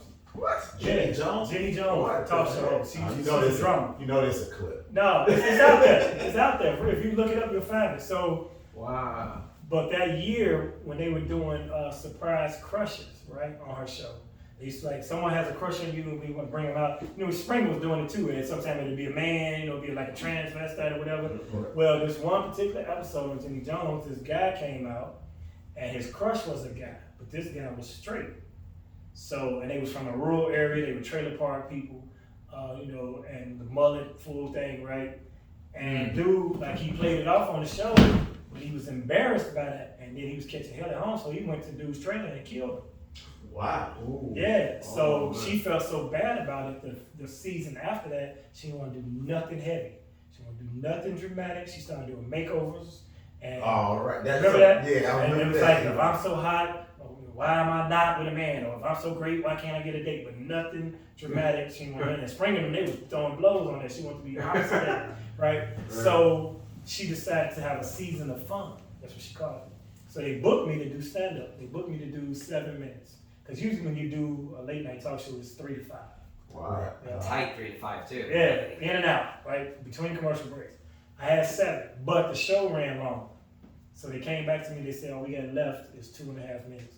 You want to come back another day or you want to take the 2.5? I want to be on TV. I Right. got 2.5, but instead of doing my jokes, I talked about the shit that happened on the show that day. Wow. And she was so impressed by that because she was like, that's untested material. Can you do that? Can you do that? I said, I do it all the time. My whole show, I'm always on my toes. Wow. That's how I got the job with Jimmy Jones. I ended up being on her show, and they started giving me characters. They miniaturized me, had me flying around, sitting on her shoulder and shit. All right, I remember. It was all type of crazy shit, you know? Now, how long were you on Jimmy Jones? Maybe 2 seasons, but about 50 episodes though. Wow, Yeah. that's incredible. So I think this is how I really got off that show. So they already had me, like, my brother was in penitentiary, right? They used to watch the show because I was out there. So one day, that little miniature character was called Little D, and he was like a cherub. But he was like, so I had on like a ball cap to the back, Tim's, you know, motherfucking muscle shirt, but a tutu, right? A tutu, right? Straight up tutus. So that was pushing. My brother, hey man, it's one thing being a comedian, another thing being a clown. Makes me laughing with you, not at you. Right. You know, my brother was like Charlie Murphy. He's like, hey, little brother, don't sell out, don't sell your soul out there, right? So I get that, but I manned him up, you know what I'm saying? Right. The whole time, and I was roasting people the whole time. So he was a mean little angel, but they put him in the tutu, right? So, and I've been roasted by that by certain entities. Y'all gotta look that up. Yeah. Look that up on YouTube. If you find Put it, them send it shorts to me. up. Put them shorts up, man. Yeah. That'd be good. So anyway, that's how I lost the train of thought on that. Anyway, so I'm doing, that's why, this is how I got off the show. So now I'm such an entity and, you know, I'm popular and when I come out, they cheer and all that. So they had one episode, 6 segments from an hour show. Each segment I had a different character. I was an electrician, I was a cop, I was a construction worker, it sounded like village people. Right. It was. This story is going downhill fast. But in the 6th segment, they had laid out for me a mini skirt, not a tutu, high heels, some fake breasts, and a blonde wig. And I said, what's that? And they was like, well, in the 6th segment, we want you to play blah, blah, blah. I said, my brother already had this talk with me. Right. Plus, I'm still a dude, I'm still in Chicago, and it was funny Right. as one thing, if I wrote it and figured out a way, because, you know, back then you had Shanae, you had Wanda on Living Color, so Right. that's when they were going Right. with it. But I'm like, that ain't my Steve's, right? So I turned it down, I said, I ain't gonna do it. So the producer's like, come on, guys, it's funny. I said, then you do it. Next thing you know, Rude Jude was the new guy on Jimmy Jones. Wow. And Tornado, where he rests in peace, was on Wow. there a lot. But I drew the line. And me and Tom Joyner had this conversation about all the great ones wearing a dress. He's like, you gotta put on a dress, man. Flip Wilson, Martin Lawrence, so-and-so. I said, no, I'm from Chicago. Bernie Mac ain't put on no dress. Right. He Right. wasn't gonna put on no And I dress. wasn't either. You know, Chappelle ain't put on no dress. He ain't never Right. do it to him. So we had this conversation on the Tom Joyner cruise because Wow. you know how they do the costume night. Yep. The most elaborate, he has a Hollywood costume designer come in every year and they have a theme. Like the one year I wasn't even in it then, I was still doing my 5 minutes. They were the cast of Coming to America. So the identical King Joffrey jewelry. Wow. Every soul was dressed different. They did Wow. Boardwalk Empire. I Wow. don't know if you know that show, but that's the gangsters in the 30s and stuff. The big hats, the tuxes. So Jackie Reed, the news anchor, was supposed to play a character, one of the flopper girls with the fringes on the dress and shit. No, she had the flu. She didn't catch the cruise. So they was like, well, who gonna play the blah blah blah? Right. So somebody wisecracked, well, they the same size. Let Damon do it. And Tom was like, that's a good idea. That's a good idea. Right? I'm like, no, fuck it ain't, right? So I get back there, they all laughing. I'm like, what's so funny? But I get up there and say, you'll see in a minute. So I get back there. Yeah, so the joke on everybody. Yeah, everybody joke knows on you, right? So I get back there, they got the stuff over there, and he's like, Tom wants you to do the blah, blah, blah. Nobody says no to Tom. You know, so you Tom, Right. music from Tom. Especially on the ship, you know, it's Tom. And Tom, you get tipsy. He was Right. in his feelings too on the tequila and stuff. And so I see this right now. I had no idea to this day at that time that Tom had a partner / almost a boss. It's the Tom Joyner Morning Show, it's the Tom Joyner Foundation, Tom Joyner Cruise. Right. It's Tom Joyner. That's all I knew. Right? Right. White guy, David Cantor. Yep. You know David. Yeah. Who knew there was a big boss over Tom on the Tom doing one show? But they were partners, Right. and he brought him into syndication. So that gave him the authority, right? I had no idea who he was. I never seen him. They had him in character as one of the boardwalk emperors. So I'm thinking they didn't recruited one of the the staff on the ship, because ain't no white people on Tom Turner that's that I ain't met that's the boss or no shit like that. So so You thought Tom said, Tom top of the chain, right? So Tom said, man, you should go on do the dress, all the great ones do it, blah blah blah. Like Tom, I don't feel comfortable doing that. And then the other guy, the white guy, had on the big top hat, said, sure you do, man, go ahead and do it. Jay, you'll do it, won't you? Jay like, sure will. Jay Anthony Brown, right? And I'm like, well, who the fuck? I said, Jason, He said, that is the man, that is bigger boss. I said, that's Tom's boss. I'm like, Tom got a boss? Man, I couldn't man, I'm about to cuss him out. Like, first of all, I don't know who the fuck you are, but you shut the fuck up. That's what I felt with it. Jay was like, Jay Anthony Brown, like, he shut me right down, right? So, so we have this debate, right? And I already said I wasn't doing it, but Tom's son was saying, well, he can't even do that because as soon as he brings you guys up, he's hosting in Studio B. He got to get right to the job, so he ain't got time to change. He saved me. He saved me from getting fired possibly because I was gonna say no, regardless, because my father was on the ship. Yeah. And so I come out, I'm bringing him up, and Tom come out and want to tell the story. He a little tipsy though. He like, damn, he don't want to make it. He got all the great ones who had to dress, blah blah blah. And Kathy Hughes in the audience. Radio 1, she the big boss. She on multiple stations, right? So so I'm trying to soft shoe it, trying to stifle Tom, but he a little tipsy, so he gonna say what he got to say. So he said the whole staff on the deck, right? We on stage. And J. Anthony Brown intervened. He said, no, what happened was Tom told Jay, if you want to take your career to here, you want to put on the dress. And Damon said, well, I'm cool right here. And that's when that just diffused the situation. And then I said, plus, I ain't got to do that because Bernie Mac never did. I'm from Chicago, and my daddy here, and I ain't about to come out here no miniskirt, with my son, my dad. Period. Right? Now you got questions. Exactly. Yeah, so now, hey son, can we talk? Exactly. I ain't raised you like that, even though I ain't raised you. Right. So afterwards, now I know who the big boss guy is, and me and my wife are walking through the promenade. And he holds court every night, at this little area, this little VIP little section, and he buys people shots and they drink with him and they kiss the ring and because he boss. So I ain't never know that. I ain't never know they was doing that. So I'm walking past and they were like, hey, come on, have a drink with us, So I'm like, okay, I'm gonna go sit there, have a drink. His wife and my wife are talking, bonding, whatever, and she's, talking shit. Here comes. Oh, yeah. Can you digitize that out? Because this is a good story. What the fuck? So here comes Kathy Hughes, right? She is the boss of bosses. She comes up and says, I said, Miss Hughes, I've never met you before. I'm Damon Williams, comedian I do the time. She said, I know exactly who you are, and you're very good at what you do. And young man, you never have to put on a dress. Wow. Did she say that? She said, you're far too talented. You never have to put on a dress. And that just vindicated me because she, over them, she owns stations. They work for people that syndicate stations, like the guy David Cantor. Right. Kathy Hughes told me you ain't never got to wear no dress. So wow. I ain't need her to tell me that. But wow. And then that's huge. So I told Tom when he presented it to me, I'm feeling like is this that Illuminati shit they tell you? Like one day somebody gonna approach you with some shit and you're gonna fail or pass. So when Tom was really kind of adamant, he was like, man, I'm telling you, put the dress on because all the green was do it. All of them have, and I said, this feel like, something that should come from I thought I was like, it might be one of the Jewish fellas. I might end up, having a compromise. He said, well, I'm close to that. I'm like, wow. Did he say that? He said that. He said, I'm the next best thing to that. I'm like, wow.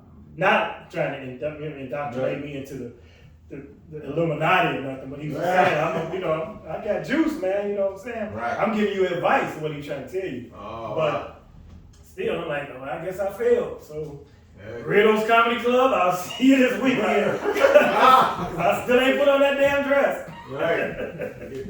Now, for a split second, did you think about putting that dress on? Not even. I already been tested by that for a TV show. I'm definitely not gonna do it for a cruise.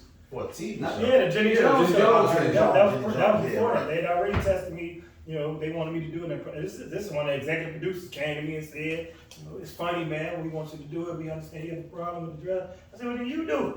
Wait, so they were saying it explicitly, not metaphorically, but like there's an actual dress in the It room. was Like, here, right go put it there. on. Yeah, I don't know if you heard at the beginning of the story. I had 6 different characters, and the 6th character was a blonde wig, fake boobs, high heels, and a leopard miniskirt. Because I've always heard stories of people saying that like at a certain level they make you wear dresses, but this was literal like a request. And this was when I was making union scales, so I definitely wasn't gonna put on a dress for that. Now Right. Spielberg, Yeah. you know, Spielberg come and say, well, if you want to be in the movie, you gotta wear a dress. I'm like, E.T. phone home, hey. I'll find a way to man it up. I'm gonna keep a shadow or something. Like Martin Mama. Like Martin Mama on Martin. Oh yeah, Mark. Yeah. She keep the whole Martin right there. Hey, baby. But you know, and it depends on the circumstances and settings, you know. That's low down, man. So you do it for Spielberg, huh? Hey Yeah, guys, let me explain to you. Box office smash versus 22 Negroes who are in debt for being on a boat. What would you do? I was in the room when they asked me. I was in the room when I saw them ask the dude to put on the dress. That's he was in the room. That's too much. Oh, Way too much. oh my goodness. Yeah, so I think we got enough. Yeah, we Part got- 1. We'll recap Oh, this. we got this. This is good stuff. Yeah, we'll recap. That's good stuff. I wish I did that. Wait I till you guess see we the got- cut. Oh, you been recording the whole time? Yeah. Without telling us. movie I had on- stopped it for a second, but it only. That story I told about this Chris Rock and Martin at the Park West. Oh, yeah, I got We should it. get that. Yeah. You got that? Mhm. Good. It's somewhere. Yeah. Yeah, my phone probably stopped by now. You want me to cut it down?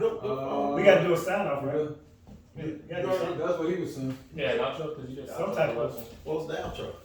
one. You was like, Alright. this is the SNS podcast or something like that, and you introduced the guest again, and then you wrapped it up. Oh, well, I should See do you in the that. next episode. Oh. We definitely got to do that. What's up, guys? How you doing? It's the SNS Chicago podcast. We had special. You can't come in like radio personality. That ain't gonna match nothing we talking about today. Hey, so man, you tell me that was a beautiful thing. We brothers in Chicago. Hey, what's up, guys? You're watching this. He ain't gonna be able to blend that shit. So man, this has been a lot of fun, man. I appreciate y'all having me in here, That's man. fantastic, man. Yeah. Thank you for coming. Man. I mean, these stories are incredible. I'm sure Yeah. people are gonna laugh and some of them gonna cry when they hear their name pop up. But you it gonna get is some what it is. insight. We at the SNS, man. You get what you get. We get what you We get. say what we say. SNS. It is what it is. No, we appreciate you guys. Thank you for tuning in. Yeah. Thought this was over. Right. And we appreciate you guys tuning in. We keep it real. Hey, yeah, that's Real it. right here and accident. What you gotta say, Steve? Something? I ain't got nothing. Say something. I ain't got nothing. Say to something to Teasing me. guy. Hey people. Yeah. A few words and big action. Hey, sometimes that's how That's all right. that Did you ever sing or did you ever have vocals on any of your tracks? Yeah, I sang. Oh, bro. When I had the jam soup thing. Yeah, that's what I was thinking back in the jam Yeah, days. green beans, potatoes, tomatoes. Yeah. They stole this shit, man. We got They stole this shit. Hey, I sang the original Queen to Be too. Oh, okay. Go hit. Keep all that audio. Keep. Hey, is it on? I want you to put it in the mix. I'm like, I was in the room when they got that I was in soundbite the of that horrible Queen to Be. Hey, well, you know, Steve a pro at it. He mess Man, around he and a- make it sound man, good. yeah. Hey, you mess around and be like, Yeah, I'll fix that shit. That's from the Like, hey, second. sing like that. That's what happened with Shantae Savage, huh? You just, No, she was for real. she is dead vocals, for sure. Yeah, A she beast. was- That was just the first thing that came to mind. What you think about that? You think she was Tony Braxton before Tony Braxton? She just didn't cut her hair, right? Did she have a short haircut too? Mm-hmm. Oh, wow. Well, you know, she is the first Shantae Savage, and that's all that matters. Yeah. And I well, I know they compare her, but you're That's absolutely right. interesting. She was influenced by Anita Baker too. Yeah, she that was did. that era. And She was the but first Anita shot Baker to was say. gone, so that was a nice little void for a Mm. second. So everybody was coming in trying to sound sleepy when they sing. Yeah. And they can get that Anita Baker move. And Tony came in, I want to sing more love. They was both doing Al Jarreau. Not Al Jarreau. Al Jarreau was called. Hey, You can't front on he's Al the Jarreau. first Al Bobby Jarreau. McFerrin. How about that? No, he was the first Al Jarreau. Yeah, I can go deep with the music. Music is my thing, man. To be honest, I love music. And so that's Have you ever kind of whole skit like just surrounded on top of music, or do you just keep it current events? No, I incorporate music. Like I got some R. Kelly material that require me to brother. do some of his songs. Gee whiz. You know. I mean, we are in Olympic fields, huh? Hey man, we right around. We in ground zero on the board. It's still residue. You ride 3 blocks down, you mess around and get somebody back. Hey, you can shortcut through where I already know. I ride my bike around here. Oh, yeah. So you know. Yeah, I'm telling you. I know the house that you said the gate is right over there. Yeah. And they used to park the bus right there where you used to do your comedy Holiday show. Master. Yeah, you sign your waiver if you was 13 and you go down to the park. Hey man, it is what it is. Wait, man, we can't use none of this. Yeah, you can. Now if you gonna keep it real, keep it real. Hey, blow this. These are jokes. These Bro, are I jokes. heard my jokes. You know I get out one time to tell you. So when he first had the first accusation, since we want another story, were we rolling? Right. Yeah, we rolling. Everybody had R. Kelly jokes when the first story broke, right? So on my comic view, I did an R. Kelly joke, right? And I was like, y'all remember, I'll tell the joke right now because it's just appropriate. So I was like, y'all know this R. Kelly, all his songs talk about sex? I'm doing it the voice I had back then too. But he never talked about using no condom. Eventually, he gonna be singing some different songs. First I had a smile, now I wear a frown. Every time I pee, I make the ooh-ah sound. So that was one of my first comic book jokes, right? So fast forward, what's the little video director, Billy something, whatever his name is. He was doing a video, R. Kelly and the Isley Brothers. The song is What Would You Do? Mm-hmm. Okay, and we shot it up north. What would you do if I put the money in your hand? And Mr. Big, right? So they had henchmen for Mr. Big, and they had henchmen for R. Kelly. Right. So since I was wearing black and R. Kelly had on black, I was one of the R. Kelly henchmen, right? Mm-hmm. So now this is after Comic View. And of course he saw it because 94 Comic View was blazing. Right. So he come over there, he said, blah, blah, blah, do. He said, okay, you want to be in my video, right? I'm like, no, you know, he said, man, listen, it's all entertainment. Mm-hmm. And he put me right next to him in that video Right. after I had roasted him on Comic View. So he understands we do these jokes, you know what I'm saying? And he understands that those were facts. And I know the whole squad, the Shy out there, y'all know how to find me and everything. We ain't tripping on Raw. We love the brother, you know, we just get caught up in some things. And like I like to say on stage, them girls gonna have sex eventually. I mean, I'm just saying. No, I say this on stage. Y'all can. These are the views of me and not SNS or their sponsors. Right. Because people out there watching were also having sex at 15. I know I was. We wasn't in no mansion either. We talking about the mansion. We was under a porch. I was doing oochie coochie downstairs trying to sneak my mama. At least I ain't get no studio time. I ain't get no bus ride. Right? I'm just saying, man. The circumstances. So he had stuff awful, huh? Hey man, don't get in it. Don't incriminate yourself. Let me just do the joke. Okay. You were like, yeah, he did. And all that shows us when you said that. Then I say that. Yeah, and sponsors pull it out on you like John Morant. Anyway, that's cool for that. Don't get me started. We can do another hour. So that's a current current event. event. So that's a current event. Huh? It'll be current and won't be something to look back on. What you think about that? I think Morant is French for moron because you can't get caught with a gun on live and then repent and then go to treatment and then say I've been repented and then pull out your gun on live. Have a knife. Get a knife, John. A stick, a bat. Blackjack, anything. Man, a nail file. Some nunchucks. Karate sticks in the hood. Nunchucks if you know the proper terminology. Yeah, get something else, man. Get all them hanker-oners to carry the heat. You ain't got to be the thug when you got a squad. I'll tell you somebody who move like that since we talking. All right, Floyd Mayweather. y'all see his big security guards, right? Right. He had the hugest dudes around him at all times. But in the party, I did his birthday twice. The first time I was booked. Second time I went because I heard about it, and I drove up there in a blizzard in a little BMW in the snow, and got there. When he saw I was there, he paid me for coming because he's like, a dude came, who booked him?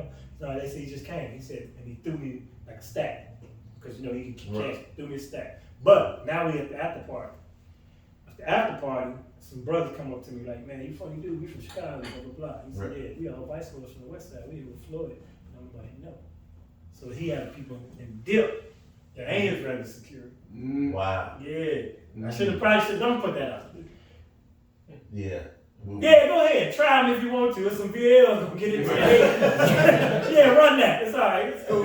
But just all security ain't security, what I'm trying to tell you. So be easy. Yeah. That's what I'm saying. Run up if you want to. Man, it was crazy. Floyd actually super cool and real regular. Super down. He's way more regular than people think. You think he know he's a salesman and marketer. All that yapping, that's the sell the fight. But when you meet Floyd one-on-one, because the first time I met him, he was very gracious, very humble, and I was booked, like I said, Ricky Smiley brought me to this show. This time, Sid was doing the show, and I know Sid's people, so I heard they was ready. It's Grand Rapids, his hometown. Right. I'm like, man, I'm coming. They said, come on. I didn't want to go up, do guest spot, whatever. So they said, you can host. So I ended up hosting the event, and it was in like this arena, and then afterwards we had the party. And it was so funny though, so that's when he had them 24/7 cameras following him.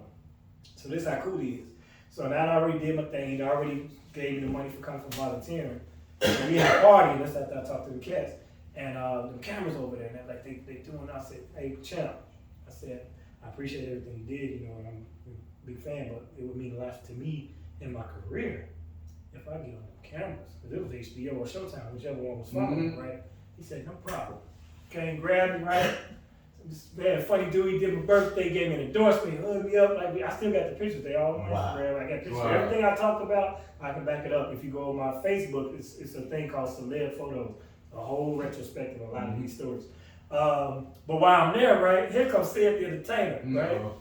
And Sid came and started shadow boxing right in front of me. I was like, Sid, you already said, let me get this camera time. Right. But it turned out they never even used the footage for the party. But I'm like, Sid, you don't need it. I couldn't say it, but I'm like, move! I just asked for this little 2 seconds of camera. Here comes Sid. Hey, Champ, what up, baby boy? I'm like, ah! So if you're an editor, who you gonna show? Him saying this guy you don't know is funny, or Cedric the Entertainer? So many stories, man. That's unreal. But Floyd immediately, oh, no, say less. Grabbed me, man, took me to the camera, blah, blah, blah, it's my man.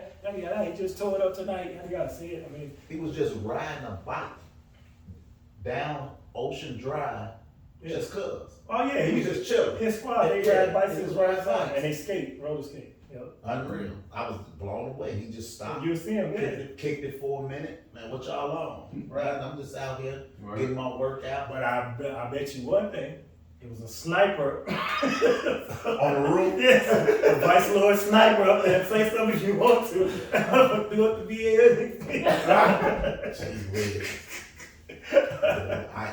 yeah. Cause he had a team. Oh, it's a team. He had a team. Yeah. Now look, I thought that was his workout buddies. No, it ain't his workout buddies. You ain't gonna hurt the money. What you ain't gonna do? You ain't gonna play with that. Yeah, you ain't gonna hurt the money. Not in that squad. Gee whiz. That's good stuff though, man. No, we appreciate you doing this thing. All right, well, I'm sure my wife don't think I'm still at the podcast. I thought you said that was at 4 o'clock. Right. I got a lot of stories, man. Yeah, I got stuff to dizzle. No, we gotta get a picture. They see it though. Let them pick it over there. Don't say see. Yeah, it's sitting down. In fact, she probably hit me on that phone. If you guys want to get closer together. Oh, yeah.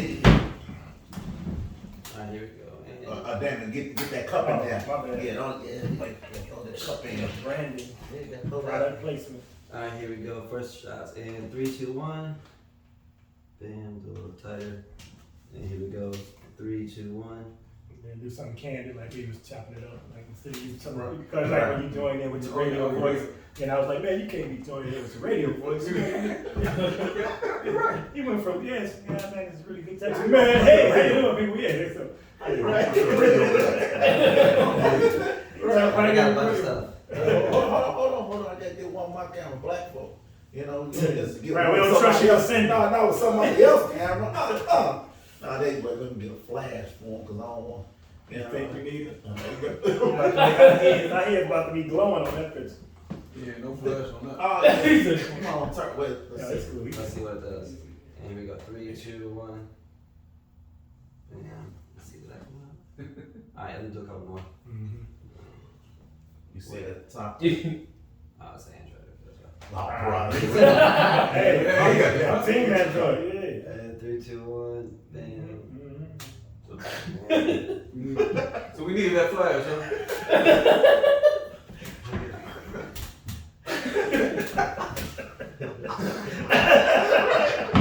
Give it to them, man. They gonna wanna watch. Post the pictures, then they be like, man, I'm gonna watch that episode. Then they gonna be like, they watching the whole shit like that shit never even happened in the damn. Hey, Right. wonder what they drinking over Right. there. When they laugh, they didn't laugh like that. When No, can once. I get a cup? It's always You definitely need to get that cup. They don't got the same cup. How they do that? Nigga, ISO stop. Alright, let's.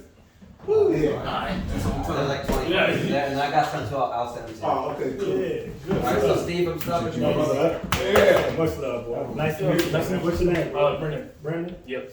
Present, man. Keep you hanging around good people. Suck up all the knowledge you can. Even though it's apparent, we've been through some things.